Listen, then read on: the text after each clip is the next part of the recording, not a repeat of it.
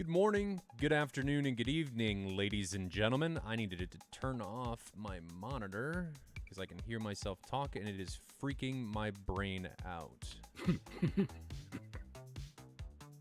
It's like a human jamming right there. There we go. Yeah, it was a little. That was really weird. You talk and you don't. It gets really weird when you don't expect to hear yourself. And my brain didn't quite know what to do with that. I know the feeling. Yeah, bread removed, Aegis Captain. My bread is gone. It has been taken away. It got to the point where it was annoying. And I don't know if you guys know this, but bread on your face, especially when stapled, can be hazardous. And it really just got to the point where it was itchy, and putting my headphones on, you hear like the sound of the headphones scrunching your beard, and it just, you don't want it anymore. So I had to get rid of it. Oh, sourdough. No question. Sourdough bread is the only bread. That is the only bread. No, pretzel bread. So there's this restaurant in town, Billy, that called, I don't even remember what it's called. That's irrelevant.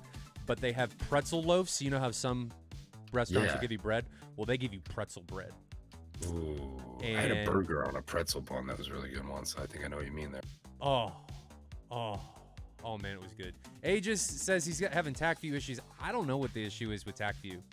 If it's having problems, I probably screwed something up because I was freaking out because of the tracks for this.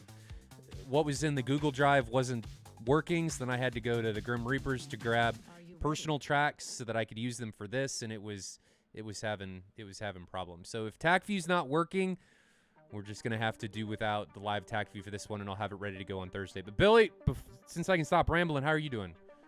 I'm doing pretty good. Just getting the week going, chugging along, ready for some action. I think we got a really good matchup here. As nope, push to talk, Billy. Mic got muted on me. Sorry there. I'm doing pretty good. I don't know where that cut out on me, but weeks chugging along. I'm ready for some action. I think we got a pretty good matchup here. As most people may have learned last week, Maltar doesn't watch the TACviews or anything like that. I try to, take some notes and dive through them, and so I can kind of do color. Maltar does a lot of the play-by-play, and I think from what I watched in this matchup this week, I think we really have a pretty good one. There's a lot of action in it, and I think everyone's going to enjoy what we got for them today.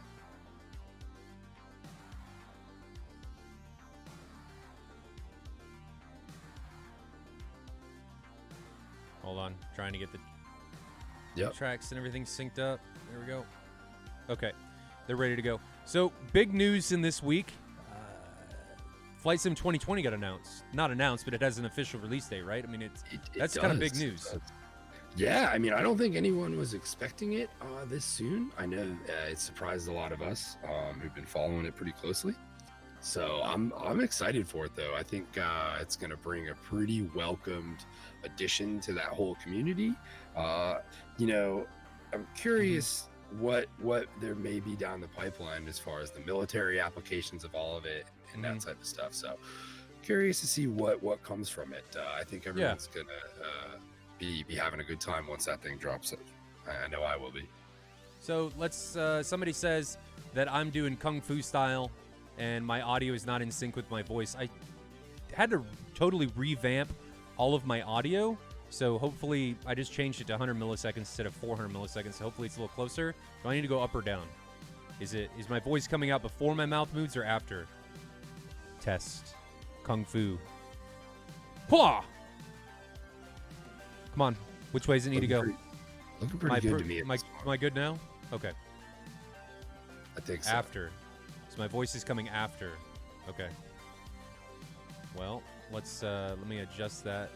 It says it's synced for him. Well, we're going to go with what Bergie said. So let's jump in. I'm going to send you guys to the supercut. Did I forget to do that? We're going to do supercut after this. So let's jump into the match. I changed a little bit of stuff to make this a little easier on me. I can flip back and forth a little bit easier. But we're going to ride along with the Grim Reapers as they take off. This is going to be Sanaki versus Mazdox. This should be an all-mountain fight. A little bit distance between these bases before these guys take off, but From what I understand, and I haven't checked to see what Phoenix Task Force is flying, but Grim Reapers are all F-16s. So is that going to play a factor? I don't know what weapon restrictions they're rocking today, so we'll have to see what goes on there. But Grim Reapers are all F-16s. Phoenix Task Force, I don't know. We're going to check as soon as we get into the server. But without further ado, let's jump in and see how these guys are getting on. So we're down here at Sanaki, looking at Squirtle with his Grim Reaper tag-alongs coming here. Squirtle, from what I understand, is going to be leading this flight. So we do see him here. I'm going to have to make some adjustments to the camera because these are personal tracks, they're not server tracks. My hotkeys got a little messed up, so we're gonna have to bear a little bit, because when whoever uploaded these tracks, or whoever was running the server on this day, they didn't restart the server after each one of the rounds, so it got a little messed up. In that we're doing a personal track instead of a server track, and because it's a personal track, my hotkeys are set to be utilizing the personal hotkeys instead of the server hotkeys, which evidently it doesn't like.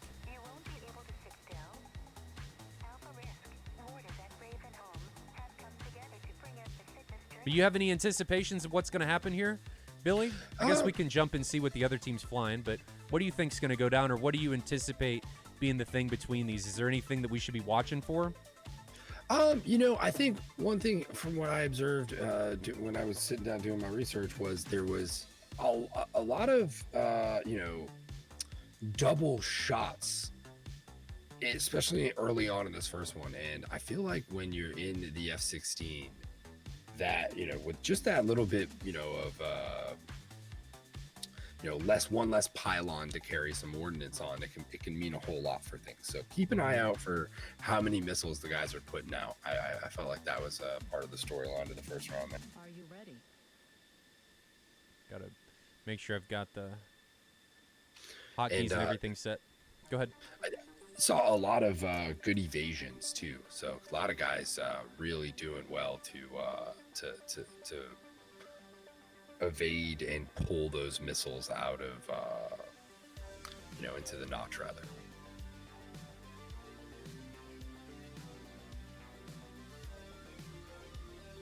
Sorry, just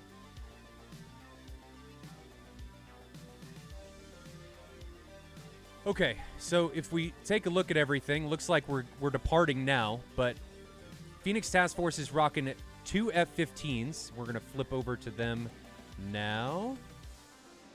Is rocking 2 F-15s and 2 18s. They're taking off and departing. So we've got 2 F-15s and 2 18s against 4 F-16s. So totally different aircraft coming on both sides. And let's jump back over to the Grim Reaper's side as we watch these guys depart. They sounded like they were starting to spool up.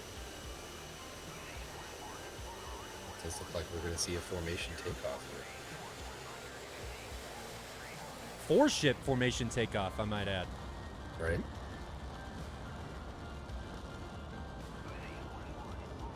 Hopefully they don't run into each other. That would be something, now, wouldn't it?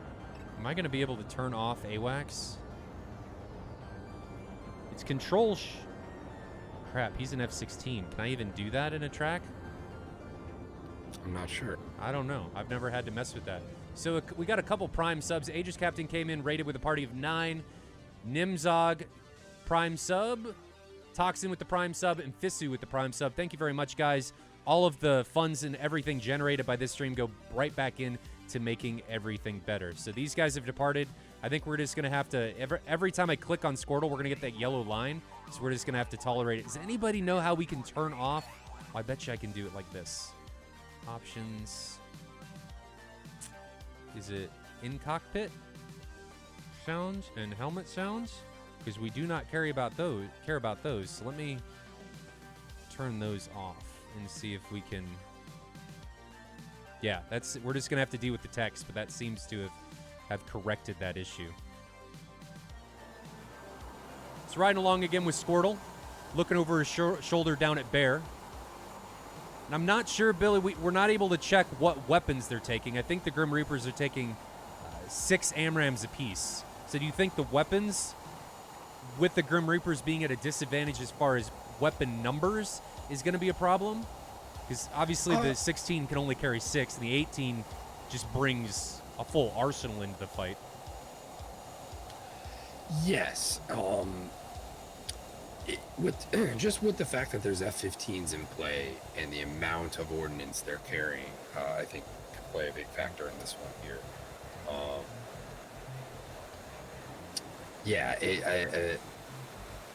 I'm hesitant to give them the edge as a result of it, but it certainly is a factor, I think, in some situations.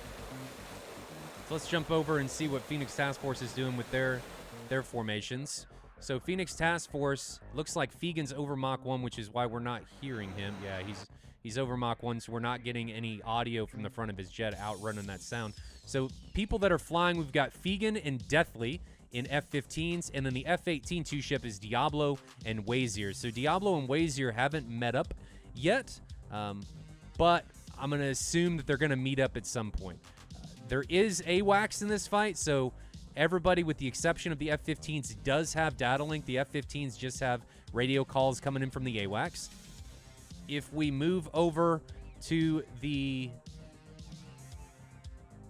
Grim Reaper side, let's take a look and see who's flying for them. We've got Squirtle and Bear in the Western F-16 two-ship, and then we have Signor, you're Sig forever now, and Leighton are the Eastern F-16 two-ship. I always have problems with Sig's name. Every single time it comes up, I always fuck it up.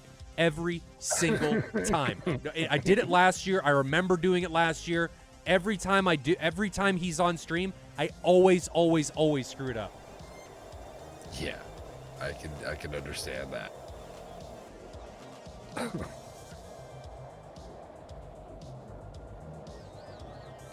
It's riding along with Sig and Leighton in their Eastern two-ship of F-16s. They just went over Mach 1 at 33,000 feet, so they're doing decently well as far as giving their missiles, when they get ready to release them, the optimal chance of getting into a high PK situation. What do we think the speed's going to be at the launch here?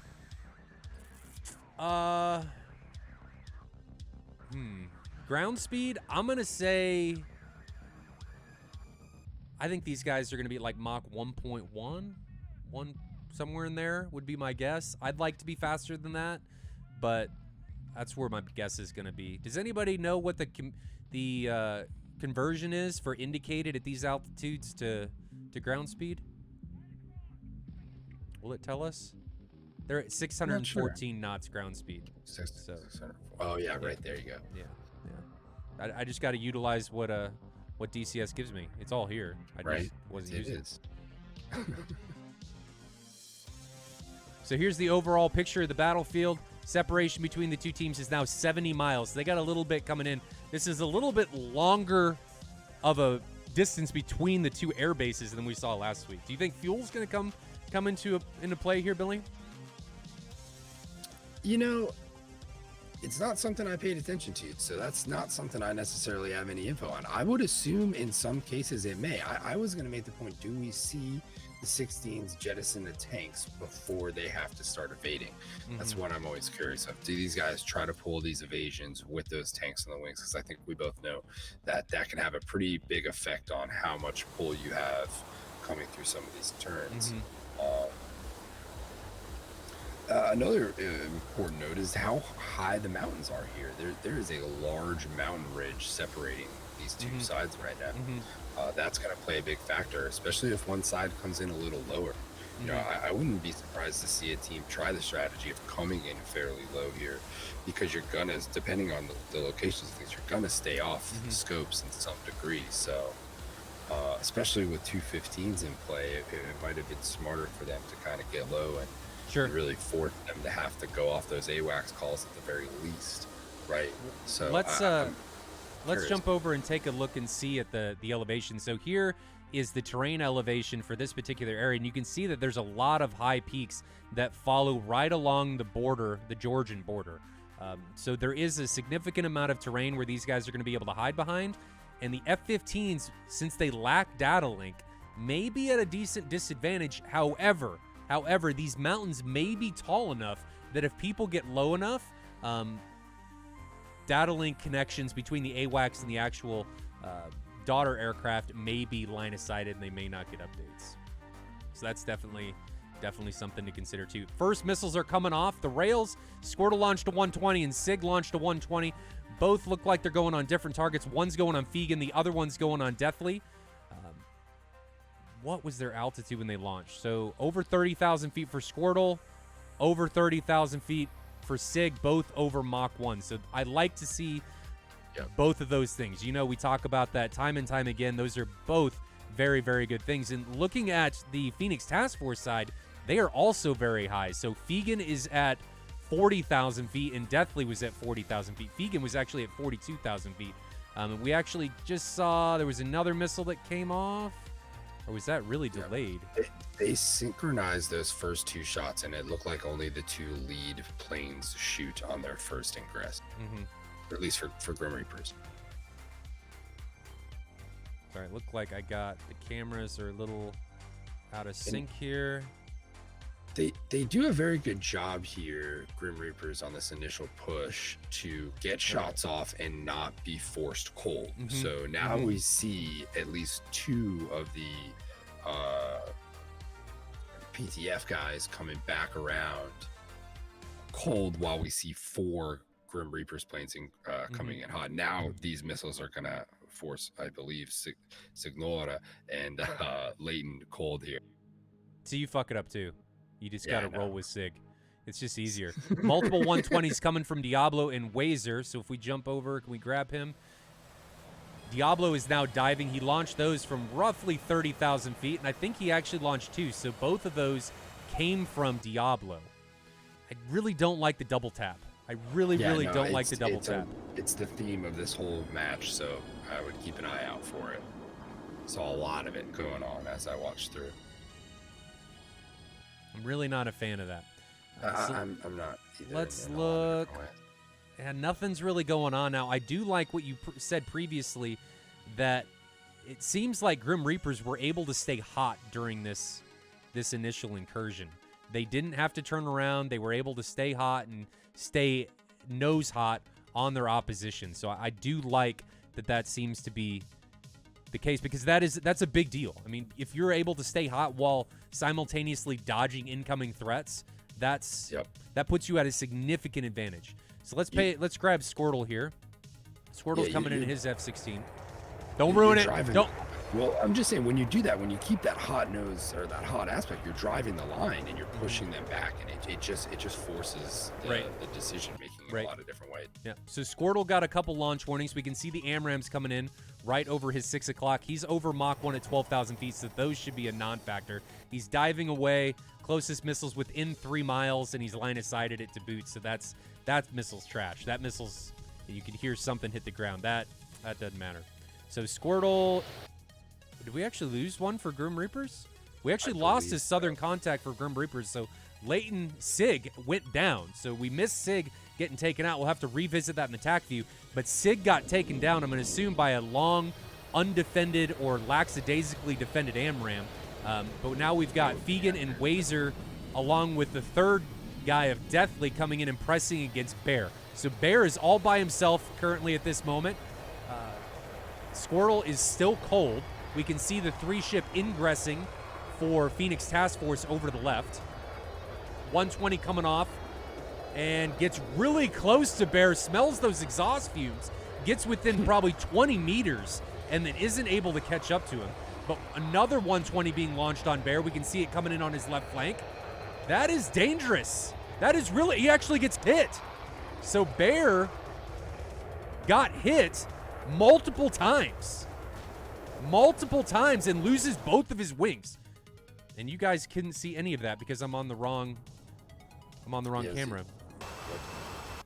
So Bear got hit multiple times, and that was just, he got himself in way too deep And when you're in that deep, there's not much you can do. Yeah, I screwed up. I was focused on one of the cameras I was watching, and it was... You get tunnel visioned like you do against threats, and nothing you can do. Squirtle now launches a 120 on Reagan, or Fegan. He takes Fegan down. Does he have anybody else close to him? He's got a Singleton off his nose now. So Squirtle, is Squirtle going to be able to go on a rampage here? Is he going to be able to take... Don't ruin it.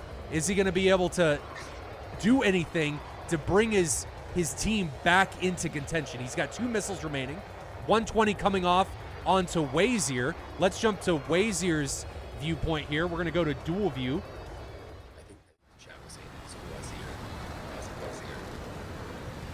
And Wazier gets taken down by Squirtle's 120. So really fast, really quick, Squirtle has taken this from a 4v1 to a 2v1 situation.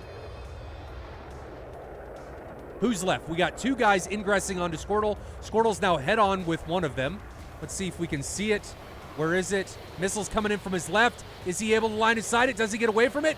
He drives that one into the ground, so he's still up, still being able to defend. He's now coming in, and Deathly is now coming in hot on his position, but Deathly is way above him. Does Deathly see him? I don't think Deathly does. I don't think Deathly does at all. I'm not sure. So Squirtle has 120 remaining. I'm going to try and set up another camera view here. Squirtle, if we jump and take a look at the other camera view, is now sandwiched between Squirtle, Deathly, and Diablo. But Squirtle now is in a bit of trouble. Squirtle now... He's done a good job of staying low, allowing him to keep his eyes up, and forcing them to look down. So he has that sky he's searching through. They're all looking through that ground clutter, that terrain, trying to find him. He did a very good job of getting low when he was outnumbered and alone there. Absolutely. So Squirtle's able to take down that contender and is now 1v1 against Diablo, but Squirtle has no weapons remaining and is really, really low. Is he going to hit the ground? No! No, I think he blacked out. No.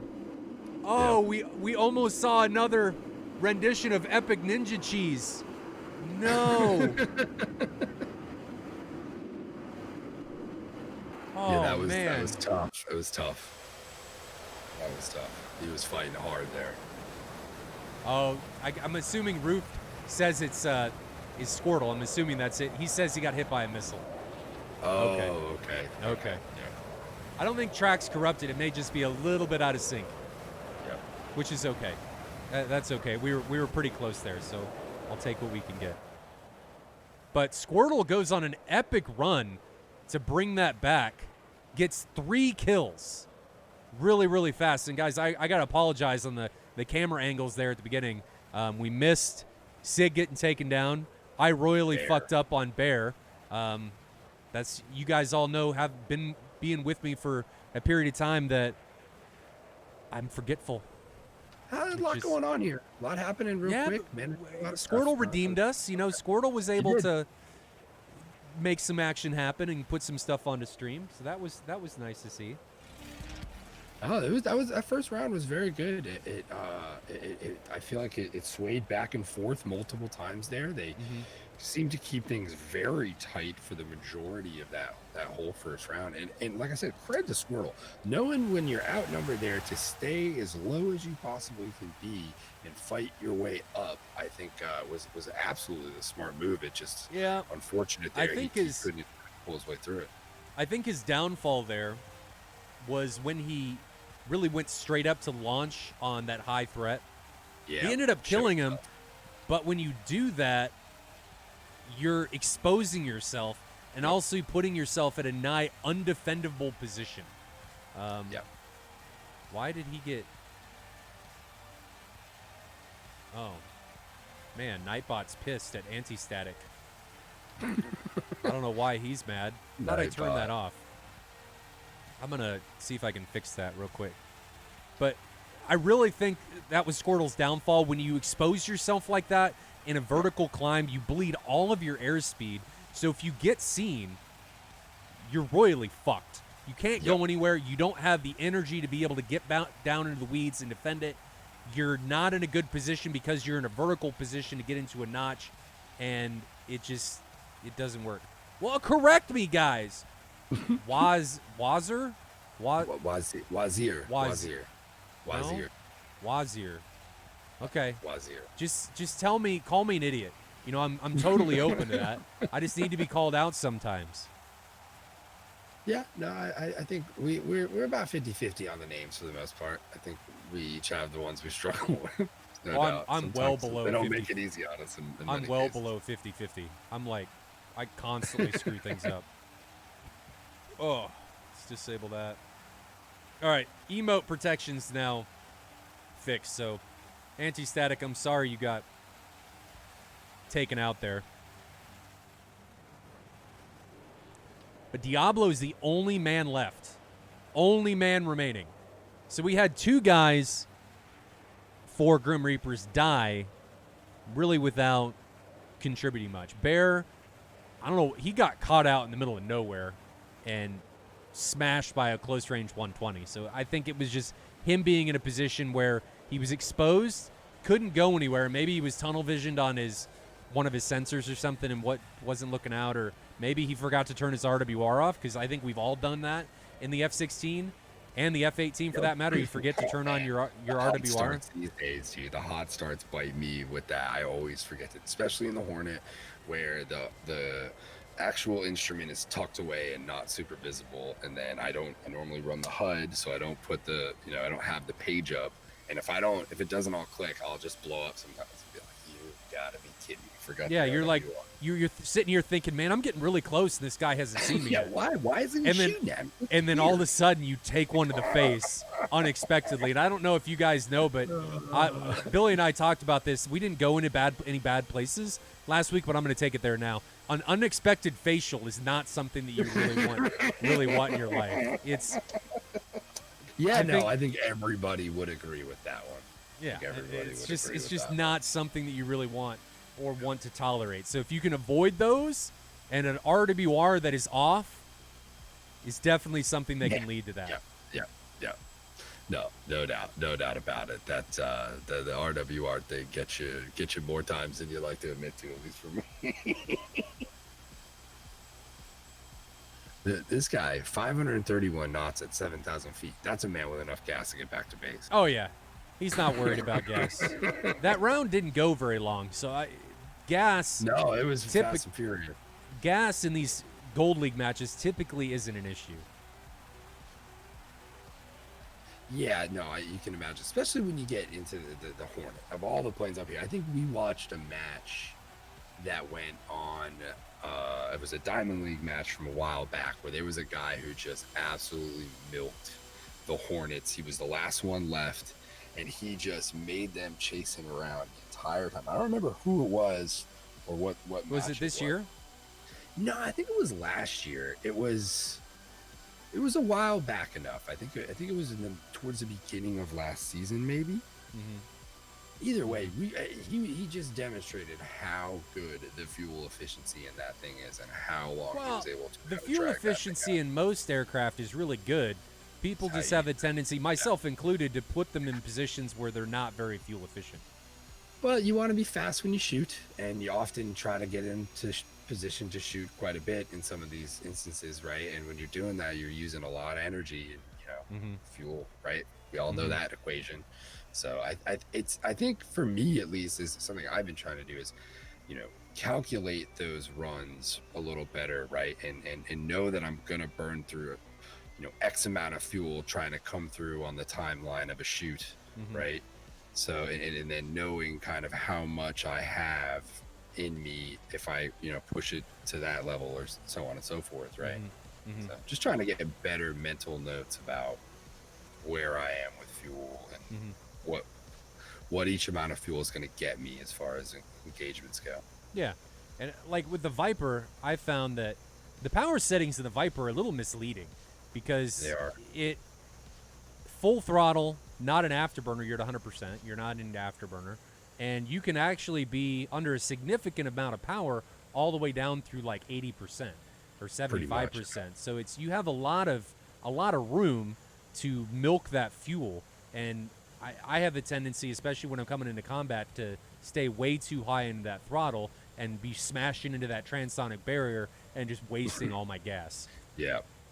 And the Viper's good where it gives you that big, large display fuel flow gauge on your right side. Like it really smacks you in the face with how much flow you're allowing into the engine. Well, when you got a thimble full of fuel, you really got to keep track of it. You really have to. Yeah, it's true.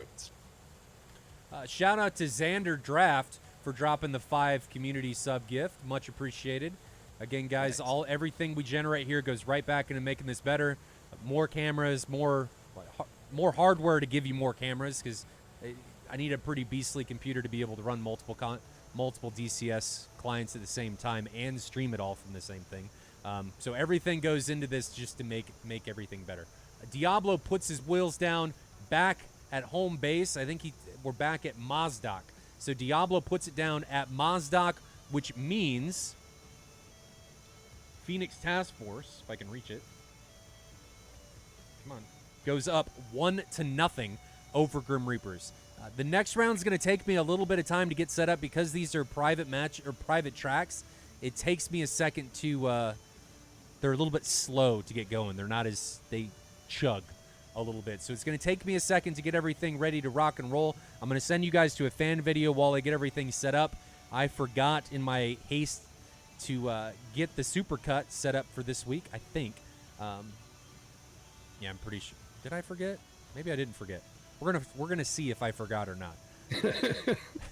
So whatever comes up when I hit the supercut button is going to be what you guys are going to watch. However, after it, you're going to see a Be Right Back screen as I get the track set up for the next round. And somebody asked, are these pre-recorded? They are pre-recorded because they allow us a lot more flexibility. You don't have to do a stream sniping. And honestly, if I didn't tell you they were pre-recorded, I don't think you guys would notice any difference. So that's a fair point. Yeah, so we're going to send you guys to the supercut and then the Be Right Back screen.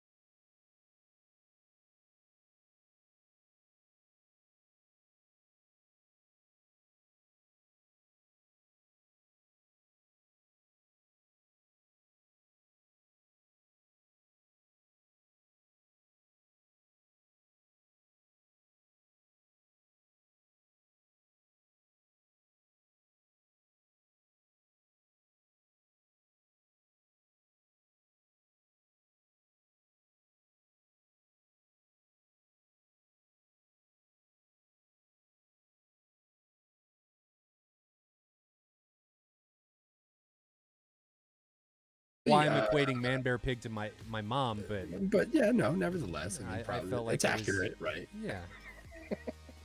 Yeah, I don't know how I'd react to that. Specifically for my own mother, I'd probably try to find a mirror and figure out what the hell got screwed up. You know what was going on in your probably face? Be some self-reflection. Yeah. It's just this mustache. Yeah. But all right, what it is. It's the mustache life. Let's jump into the TAC view, see how these guys got on, dissect everything, see what the hell happened to Sig, and then move on to round 2. Right. Make sure that we are... Yep, we're good to go. Okay. Looking through this TAC view. Everybody does a pretty good job at the initial incursion. Change the music here. Does a pretty good job at the initial incursion. Everybody's decently high, decently fast. You have any insight at what's going on here right off the get-go? I just like that simultaneous shot. I mean, they almost had it. I'm not sure whether there was an altitude difference or a speed difference there, but I like the fact that they tried that. Just the first 2 lead guys shooting there. Yeah, one way faster than the other there. 40 miles, though. Yeah, it's a long shot. It's a very long shot. I mean, what's their altitude? What's 34 and 36,000 for a Sig. I'd like to see maybe 5 to 6 more miles, maybe a little more or less bled off that before. I mean, it's close, but it's still a bit of a gamble there. You can wait. Like, there's no reason to be launching. You can totally wait at this point. Just wait and be watching. A lot of those long shots, I think, are really good when you catch people who aren't expecting it. And it's like these guys coming into this are going to be expecting that. They're ready for an RWR spike, and I think in a lot of cases, you're only going to be able to do so much there, especially with a Hornet who might be looking through a targeting pod. I don't think they carried one, but nevertheless, right, you don't know if they are or they aren't. To another point, they're launching from 40 miles in their F-16s. They only have 6 missiles. Now they have 5. Yeah, exactly. So and I'd like to point out that Squirtle was out of weapons at the end of this round. So just take that into consideration, that it's possible that if you would have had another 120, this round could have gone very differently and they could have come out on top. So just take that as you will. But remember, in comparison to the F-18 and the F-15, the F-16 is very limited on weapons. It only can carry 6.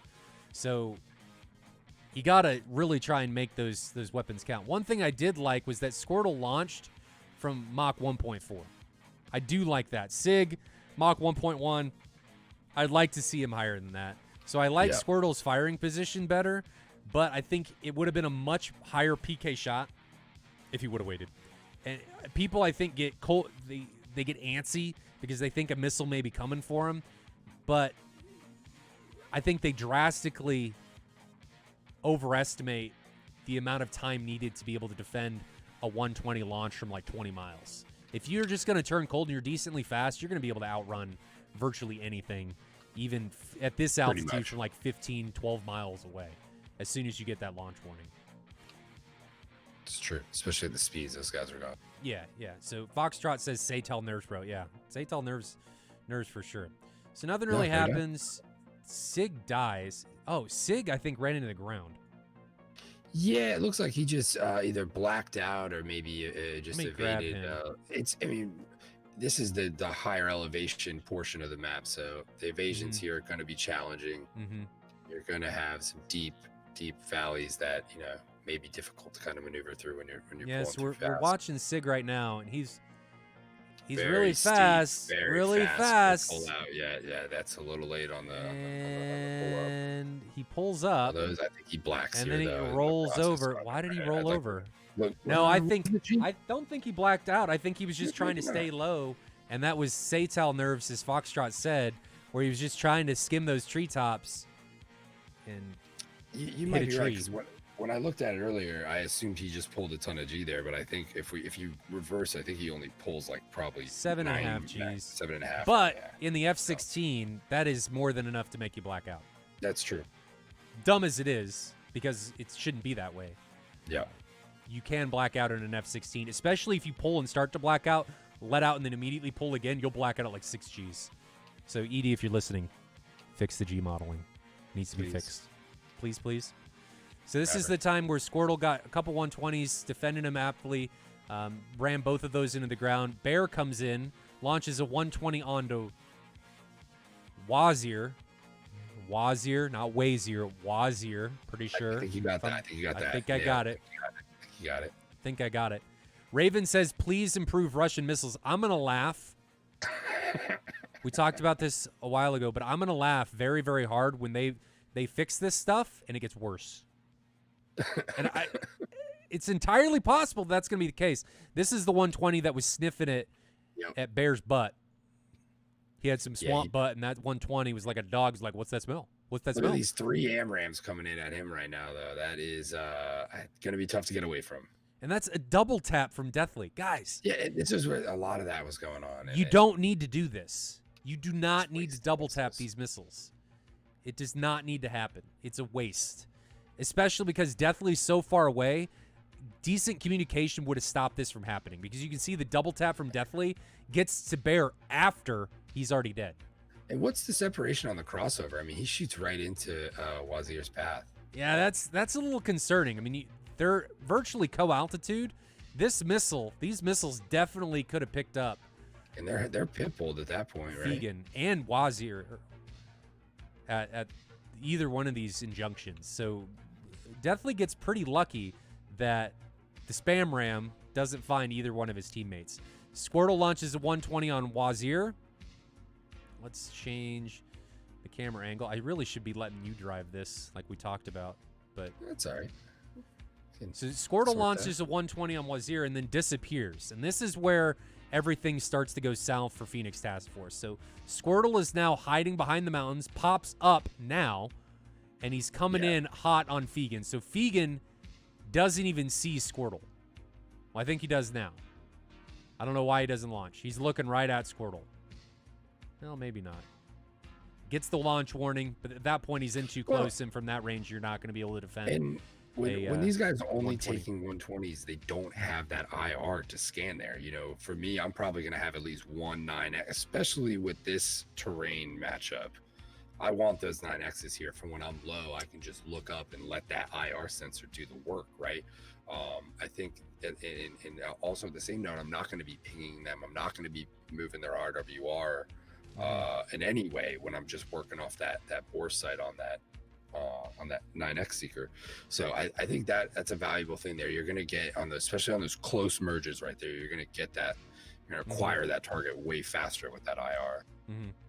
So here comes the 120 launched from Squirtle. Nope, I lied. That was actually somewhere else. That was an old 120.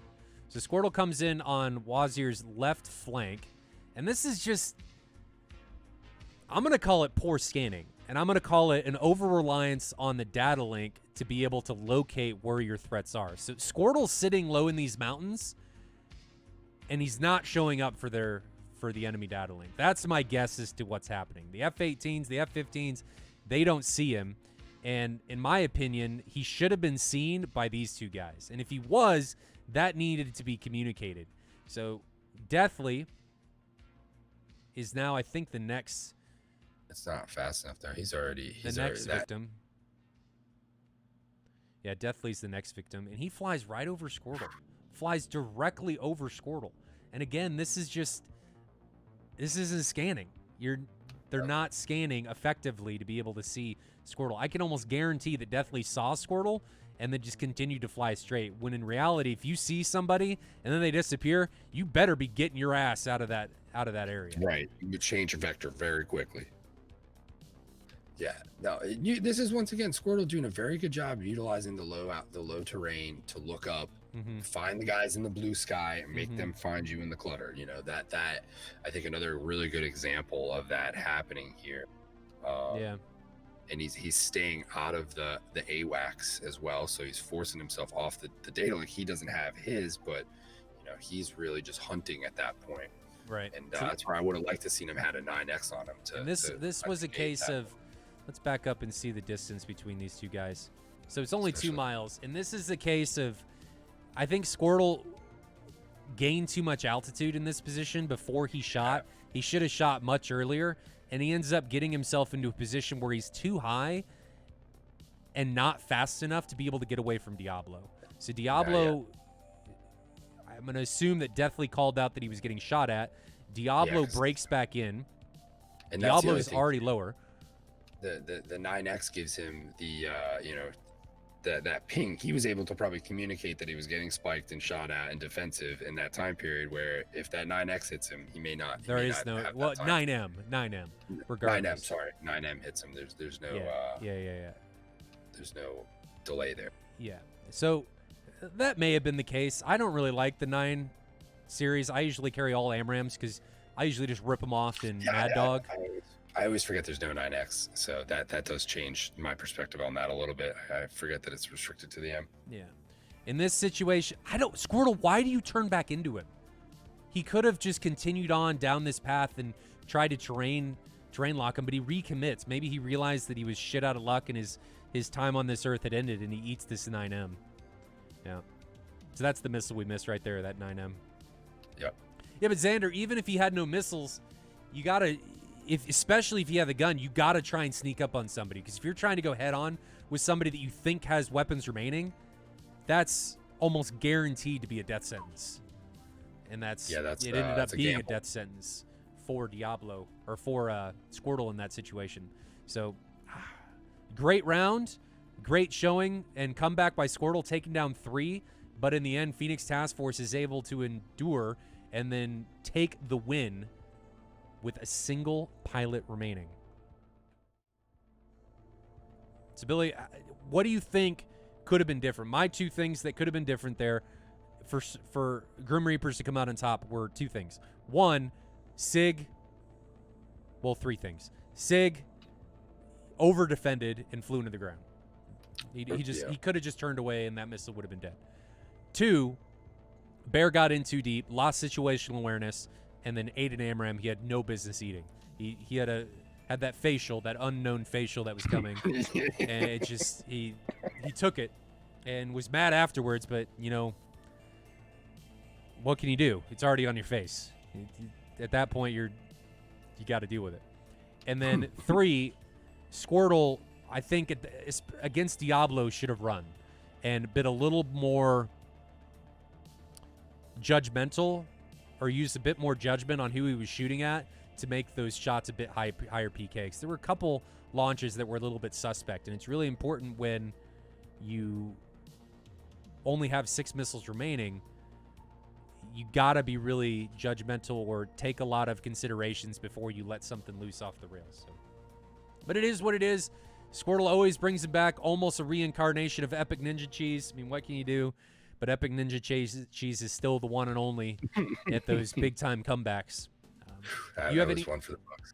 Do you have any expectations of what's going to happen in this round coming in? Let's see. Let me check my notes here. Yeah, the one note I have for this one was, too many missiles. So it's just more of a theme on people just wasting shots. I think we see another situation arise where if maybe people had been a little bit more conservative with their shots, they would, when they're in the position to actually get the kill, they don't have what they need. And I do feel like that was a theme for not just one side or the other. It seemed like both sides suffered that fate at various turns through this. So I would keep an eye on the shots. Well, let's see what happens in this round. We'll have to see if Squirtle's able to take it out again. Again, this is going to be round 2 between Phoenix Task Force and Grim Reapers. Phoenix Task Force currently leads 1-0. I'm just checking my cameras here to see which one needs to go first. Am I that? Oh man, sorry guys, trying to get everything synced up.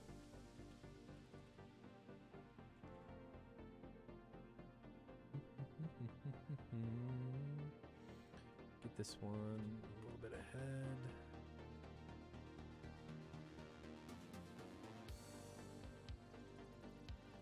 I'm anxious to see if Grim Reapers are able to bring this one back. Me as well. Like this match, that first round was very close.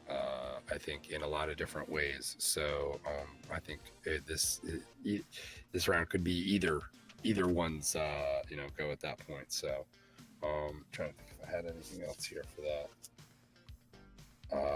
Definitely some interesting evasion techniques in this one too. I do have that note. Don't ruin it. God, so. you're like my brother. Was it a good movie? Yeah, let me tell you exactly what happens. I'm notoriously bad at ruining movies, so that's surprising. I'm gonna have to delete the tack view so you can't watch it anymore. Billy the fun ruiner. What a jerk. I just try to show prepared, knowing whatever the important thing. Whatever. Well, let's jump into this, see how these guys are gonna get on, and see if Grim Reapers are able to bring it back. They're currently down 1-0. So here we're looking at Phoenix Task Force down at Sanaki. There are 2 F-15s and 2 18s currently sitting on the runway. Everybody's already taken active. Looks like the 18s aren't loading themselves down with weapons. They've got 6 actives and 2 AIM-9s. Same loadout as the F-15s do. Do you think those 2 extra missiles play a pivotal role in how these matches shape out? Or these? Yes. Let's talk about universally. Do you think aircraft that carry more weapons have the advantage over the 14 and something like the Jeff? I mean, the Jeff's obviously faster, but is that not the Jeff? The 16's obviously faster, but do the extra weapons outweigh those pluses? I think that really depends on how you utilize it at the end of the day. I think if it utilized properly, I think the answer to that is it doesn't make that big of a difference. Mm-hmm. Right? I think it's all about how you use what you have. We've seen guys like Tall Savior be very successful in an airframe like a Mirage, right? And it's all about how you use it, I think, at the end of the day. Having those extra missiles definitely does help in some situations, but once again, like I say, I think it's really all about how you utilize what you have here. The guys who know the limitations best, I think, are the guys who are going to get the most out of their airframes. Yeah, we'll have to see if the extra weapons come into play here. We saw in round 1 that the extra weapons would have helped Squirtle out. Are they gonna be a benefit here? Tough to tell. Grab a different camera angle. Hopefully you guys are still enjoying the multiple cameras as we're going here. It definitely makes switching different camera views a little bit easier. We don't have to always jump back to the map. Man Bear Pig, evidently there's an issue with connection. I probably screwed something up as I was editing the script file inside DCS where it's not getting exported, so I'll have to fix that here in a minute, or after this match, and we'll get it back on track for Thursday's matchup. So again, we're riding along with Phoenix Task Force, currently looking over Fegan's shoulder at Deathly, and I don't know who the other F-18 is down there low.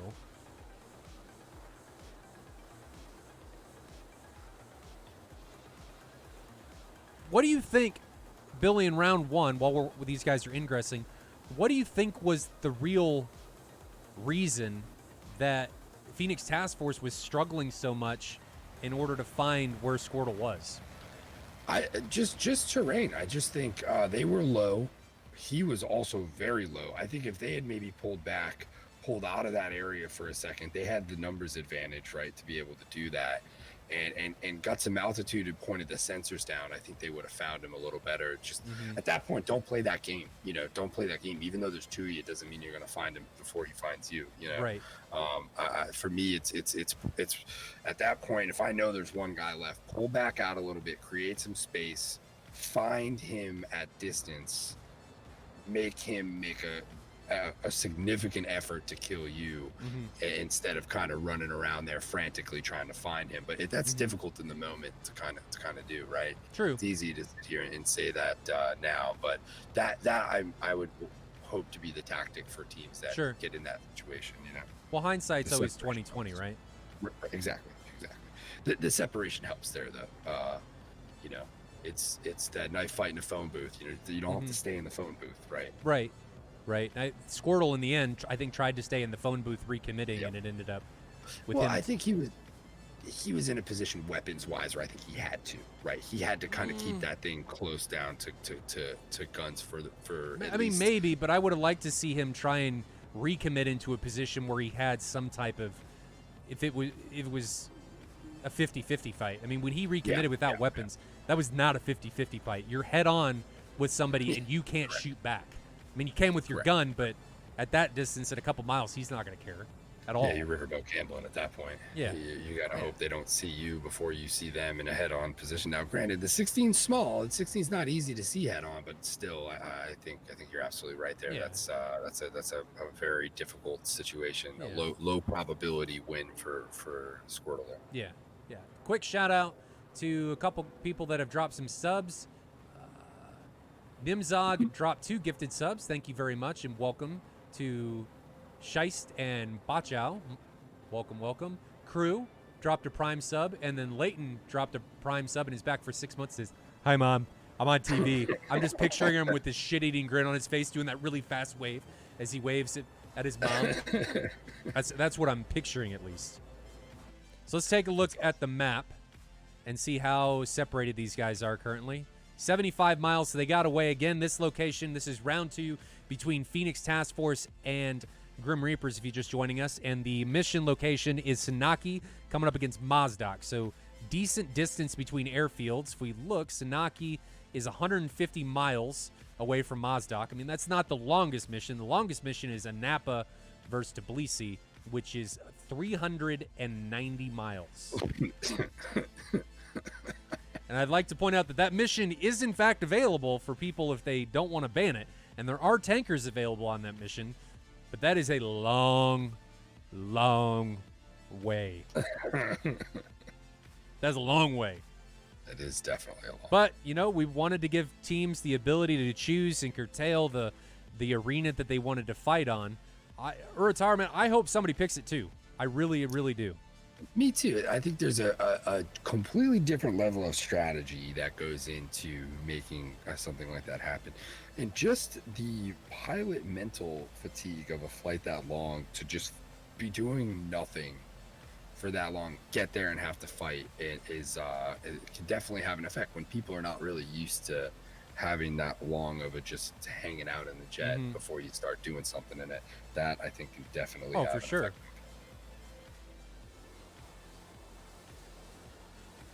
Previous camera angle was Phoenix Task Force Diablo, and now we're riding with Phoenix Task Force Deathly with his wingman Fegan over his shoulder. It looks like they're getting ready to recommit or commit into the fight. Sorry, guys, about the AWACS calls in the upper left corner. This is a first-person track that I've gone in and edited to get these camera angles, so we do see all of the AWACS calls and stuff and the radio messages that would be shown on everybody. Diablo, I just saw him launch a missile off his aircraft. See if I can get it here. Oh, it is long gone. I don't know where it went. That missile is long gone. So let's take a look at the map and see who he launched at. God, look at those shots. Guys. No. Yep. It's just... He launched that from 60 miles. It's just not going to do anything. It's barely making it halfway there. I mean, that's not going to work. How high you are is just not. That missile's battery is probably going to run out before it gets there. Yeah, it's going to be dead. It's dead weight. Let's get rid of one. I mean, maybe he was trying to cut his weight. Maybe he's on Weight Watchers. I mean, all valid points. I mean, we all know that missiles are loaded with carbs. They are, and you're going to want to cut. You're going to want to at least manage that part of your diet, right? Well, I think so. It's really important to conserve your intake for later parts of the day when it's actually needed. I mean, Squirtle squandered that and stuffed his face at the very beginning and didn't have any available calories to take in at the end. That's a valid point once again. Yeah. So 4 pilots still remaining for Phoenix Task Force, 4 for Grim Reapers. Nothing is really going on. Phoenix Task Force looks like they got a little rattled. They're up 1 round to nothing.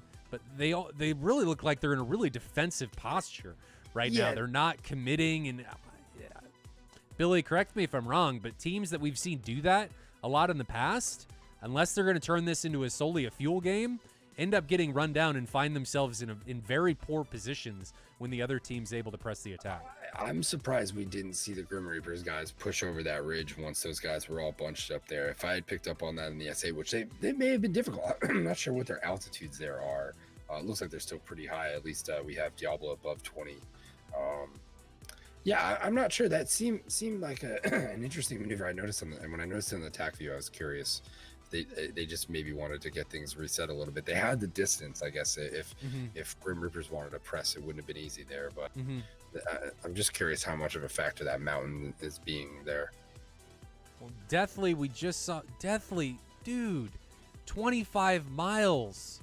And he's launching multiple 120s. Another thing you got to be concerned about is this is Deathly who just launched him. He's launching them from the back of his formation. You've got to be concerned, I mean, kind of in this situation, about these missiles going Pitbull or Mad Dog. So when a 120 loses track, if it's 8 miles away, Billy, do you know if it goes Mad Dog immediately? What do they do in DCS? I know we've done some testing regarding the 7 and the fact that if you STT'd on someone and you shoot, and then the person you're shooting at dies, it basically just goes active at that point. From well, what I mean is, if it's like 20 miles away from its target still, will it go active if it loses track? Because I saw Deathly launched on him from 25 miles and he just turned away. And then so there's no, it's not supported with INS at that point, right? So that's what we're talking. So the missile has no guidance. I don't know if it will still go Pitbull. Conventional wisdom. It has INS. Its initial point that was given to it from the plane. It's last known, but what does it do if it totally loses track? And is Wazir in trouble here? He's got a 120 coming at him. There's the 120 off to his left. I have a note about this here. 4 miles, 1 mile, and you stop that with that note stuff. You stop that. But Wazir gets taken down by a 120 that had no business hitting him. It had no business taking him out. In the TAC view, so I just didn't know what happened when I watched it in the TAC view because it looked like the TAC view desynced for me there. So I just didn't know. Guys, listen to Billy try and cover his tracks on. I'm just saying. Ruining the movie for everybody in chat. Whatever. Now Sig's coming in from low onto an unsuspecting Phoenix Task Force pilot. Let's see if I can grab him. Can we grab him? Here's Deathly, who is being run down currently by... Can we see him? I don't see him back there. Where is he? It's within 7 miles. There he is. I see him now. So let's go to the dual view. Billy, if I'm going to miss something, make sure I check it. But that missile actually ends up hitting Deathly. So these missiles, they're just... Phoenix Task Force is getting caught in positions that they're not fast enough to be able to get away. They're getting caught with their pants down. It honestly feels like a lot of these long shots put everybody into less of a offensive or aggressive posture, right? Everyone's lobbing these shots around and then not really doing a whole lot afterwards. Yeah. And I think that's a product of trying to just lob these massive long range shots in there. And then just kind of hanging out afterwards, right? I think when you see guys pressing to close that distance, you're remaining aggressive, you're pushing the enemy back. I think when you take this approach, it can create situations like this where people aren't necessarily moving as fast as they should be. Absolutely. And I think that's what we saw there, So right now we're riding along with Signor. There's not a lot going on. We're going to flip back to the map so you guys can see what's going on. I'm going to grab Leighton so we can ride along with him. He just jettisoned his tanks. So this is Leighton headed into the fight. And I'm going to flip over, try and remember what I'm doing. So Leighton's coming head on against Fegan. There's actually a 2-ship here between Fegan. Oh, he's coming in against Diablo now. So I'm going to grab Diablo, see if we can grab right there. Let's go to dual view.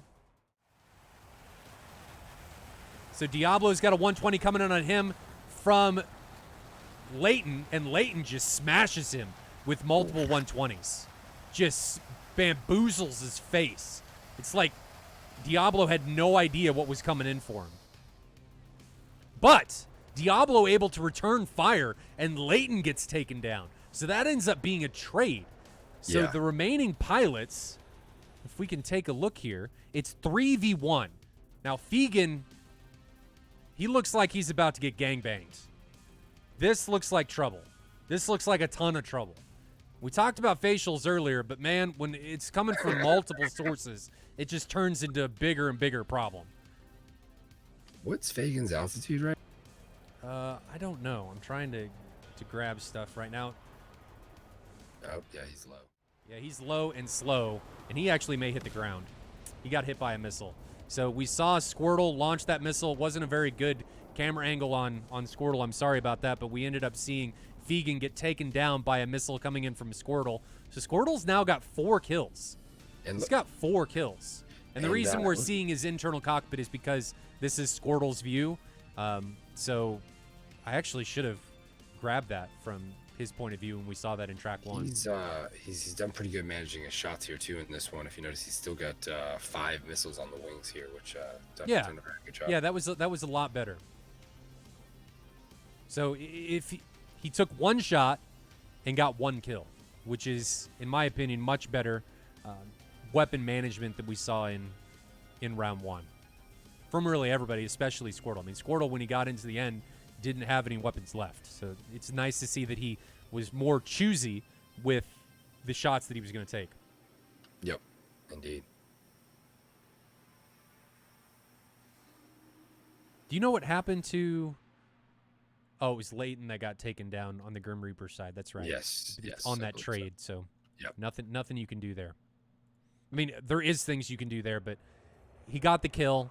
It's a 4v2. It can be okay to trade in that situation. Not that you would want to do that in real life, but in a competitive environment, you're really swinging things when you're going from a 4v2 to a 3v1. I mean, that is drastically different than having a wingman in the fight with you.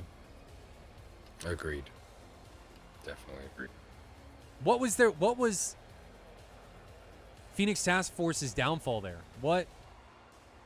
You know, I was just trying to happened? think about that myself. Like, what did they exactly not do right there? And I mean, the only thing that really jumped out at me was the initial stuff with just burning some missiles. But I don't really know if that was a factor towards the end there. It didn't seem like it.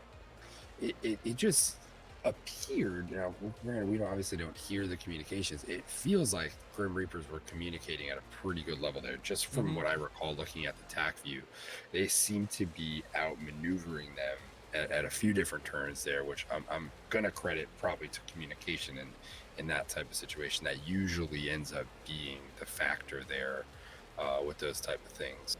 But I'm not sure if we're gonna check the TAC view on this. We'll probably be able to see a little better there, right? Yeah, I would assume so. I think it was the biggest thing that I saw coming from Phoenix Task Force, as you alluded to, Grim Reapers having better communication. Phoenix Task Force, it seemed like a breakdown in their communication. Possibly, and they just weren't. They were committing into incursions that they didn't have any business committing into, and I think that was exemplified in a lot of these instances where they were getting caught with their pants down at too high an altitude, at too slow a speeds, with incoming threats that were really, really close. So I don't. That's my guess. Hey guys, let's be nice. Let's be nice. Grim Reapers have flown fairly well during this incursion. Let's not take any shots over the bow on anybody. Anyway. Yeah, no, I think there's a lot of times where you watch this stuff and you can see the communication surface, right? It's obviously you can't hear it, but you can see it. It's prevalent in the TAC views, and it's prevalent when you watch a lot of the maneuvering. Like, that's a product of good communication right there, you know, and you can point to those things. And I did see a lot of that, you know, in that second round there. Definitely a different outcome than the first one, though. So I think we've seen both teams at this point now really kind of turn things on at various points in these first 2 rounds. So as far as the third, I think we're going to see another very close round all the way through here. Do you think mountains are playing a factor in this? I mean, obviously Absolutely. the mountains played a role in round 1 when Squirtle effectively didn't get lost. He disappeared from the Phoenix Task Force's scopes and their AWACS. I'm assuming. I don't know. Maybe they just weren't paying attention or lost him and were overwhelmed with what was going on and they couldn't make decisions based on anything. But how much of a factor do you think terrain played in this round? It didn't seem like a lot to me. I mean, most of these fights and shots were taking place from higher altitude, it seemed like. In the second round, it seemed like they pushed over to the southern side of that ridgeline, and they really didn't stay mixed up in the deep stuff too long. So I think, to what you're saying there, no, I think that round they kind of pushed past it. In the first round, though, however, it felt like more of that terrain was utilized throughout the whole round. Well, it was utilized by specifically Squirtle. He got Correct. 3 kills. Right, but he was able to get low in those valleys, being as deep as they are and as varying as they can be. I think allowed him to kind of stay running around down there as long as he did. If we had saw that fight break out more to the east, or I'm sorry, to the west, right, where the foothills are a little bit more shallow, I don't think those 15s would have struggled as hard to pick him up down there. But that's tough. That's difficult to say when you're not looking at the sensors and seeing what they're seeing with the same notes. So. Yeah, I don't know. It's hard to tell when you're not in the cockpit with everybody. Obviously, Billy and I are just making the best inferences that we can out of these replays and tac views and stuff that we're seeing. So I don't know what they were seeing. I mean, maybe we could glean some stuff if we rode along with the private tracks, but even then it's can be very difficult to tell what is going through the pilot's head, because if they're thinking about or communicating something with teammates, or maybe they're amped up or something because they've got an incoming threat that they're trying to defend, things can get lost, and things get lost all the time, and they get overlooked, and more often than not, or more often than people would like to admit, those things that are overlooked are the things that come out and get you killed. Right, absolutely. So how much further do they have? They have 34 miles left to go. So not too far. Yeah, they're at 96. They're at full mill or right about that. So I don't think fuel's a problem. I don't think that's a problem at all. Anything new with you, Billy, while these guys are RTBing? I mean, we talked about briefly Flight Sim 2020 getting its release date in August. Yes. Anything else new? Not a whole lot. I know me and you had been talking about some equipment stuff. I'm possibly making some changes coming up. Not really sure what and where in the pit, but I might be doing some stuff there. Possibly going to be getting a new chair soon. I'm not sure what direction I want to go in there. New chair? Yeah, this one, I mean, I like the base, but I'm going to see if I can't replace. I have one of the play seat Air Force, I think it is, right? Oh. So it's a nice base and setup to it, but I'm just, the chair itself is starting to get old on. May move to something a little bit more cushy or comfy, if you will. I think at this point you go to 80-20 pit. I mean, that's basically what I have at this point. I mean, it's just a fancy version of 80-20, I think, was what's strapped onto the side of this thing. So, to some degree, I have it.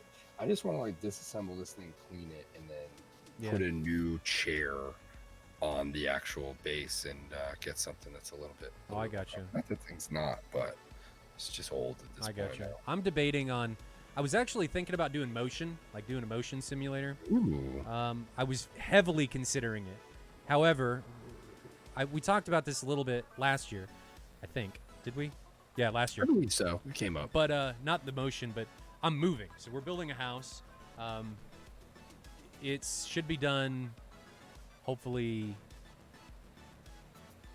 hopefully like December-ish during the holidays. So I had to, instead of buying a motion pit, I'm heavily into home theater for anybody that isn't aware of that. I spend way too much money on that.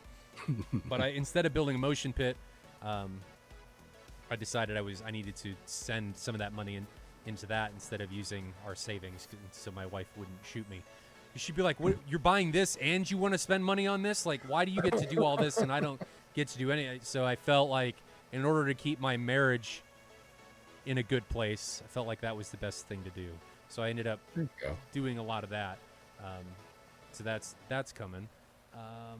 So you get to redesign a whole new or design a whole new pit, streaming room, huh? Yeah, that leads me to my next thing is, so I was thinking about doing motion, and I was gonna do the, God, what are they called? D-box. I was gonna do the D-box. Yes. And it was a really good deal.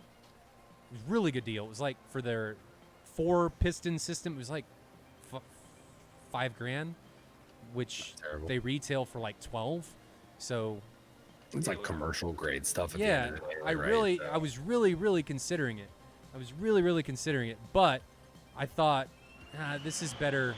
This is money better spent in a different area. But what I'm going to end up doing is probably still get the SimLabs P1 pit, the 80/20 pit, that it was going to mount to, but I'm going to get it just so I can have a dedicated sim rig or sim pit. I can get a chair and all this stuff and really get into mounting my base shakers and stuff where they should go, and it just gives me some even more flexibility than what I have now. So I am getting that, and that's what I was actually going to recommend to you, because I think everything ends up being like $550 for the pit. You still have to get the chair, but there's tons of different racing chairs and stuff you can get for it. But the 80/20 gives you a lot of versatility, in my opinion, on what you can do and where you can mount things. So I think we're right over Mazda. Yeah, there's Mazda. Right. Yep. Yeah, no, the modularity of it is very nice. As we were talking about earlier, when you go to start, you build a pit, and then down the road you start adding things and swapping things out, and it's always the space and how am I going to mount this? What is it going to mount to, and all that type of stuff. So yeah, going to a system like that definitely allows for a lot more options as far as where you're mounting things and what you're doing with stuff. So sure, yeah, I want to add a collective to my setup here in the near future, and that's going to be a process to factor in, especially as we talked about maybe buying a new throttle too. So it's a lot of choices, a lot of decisions to make when it comes to that stuff for sure.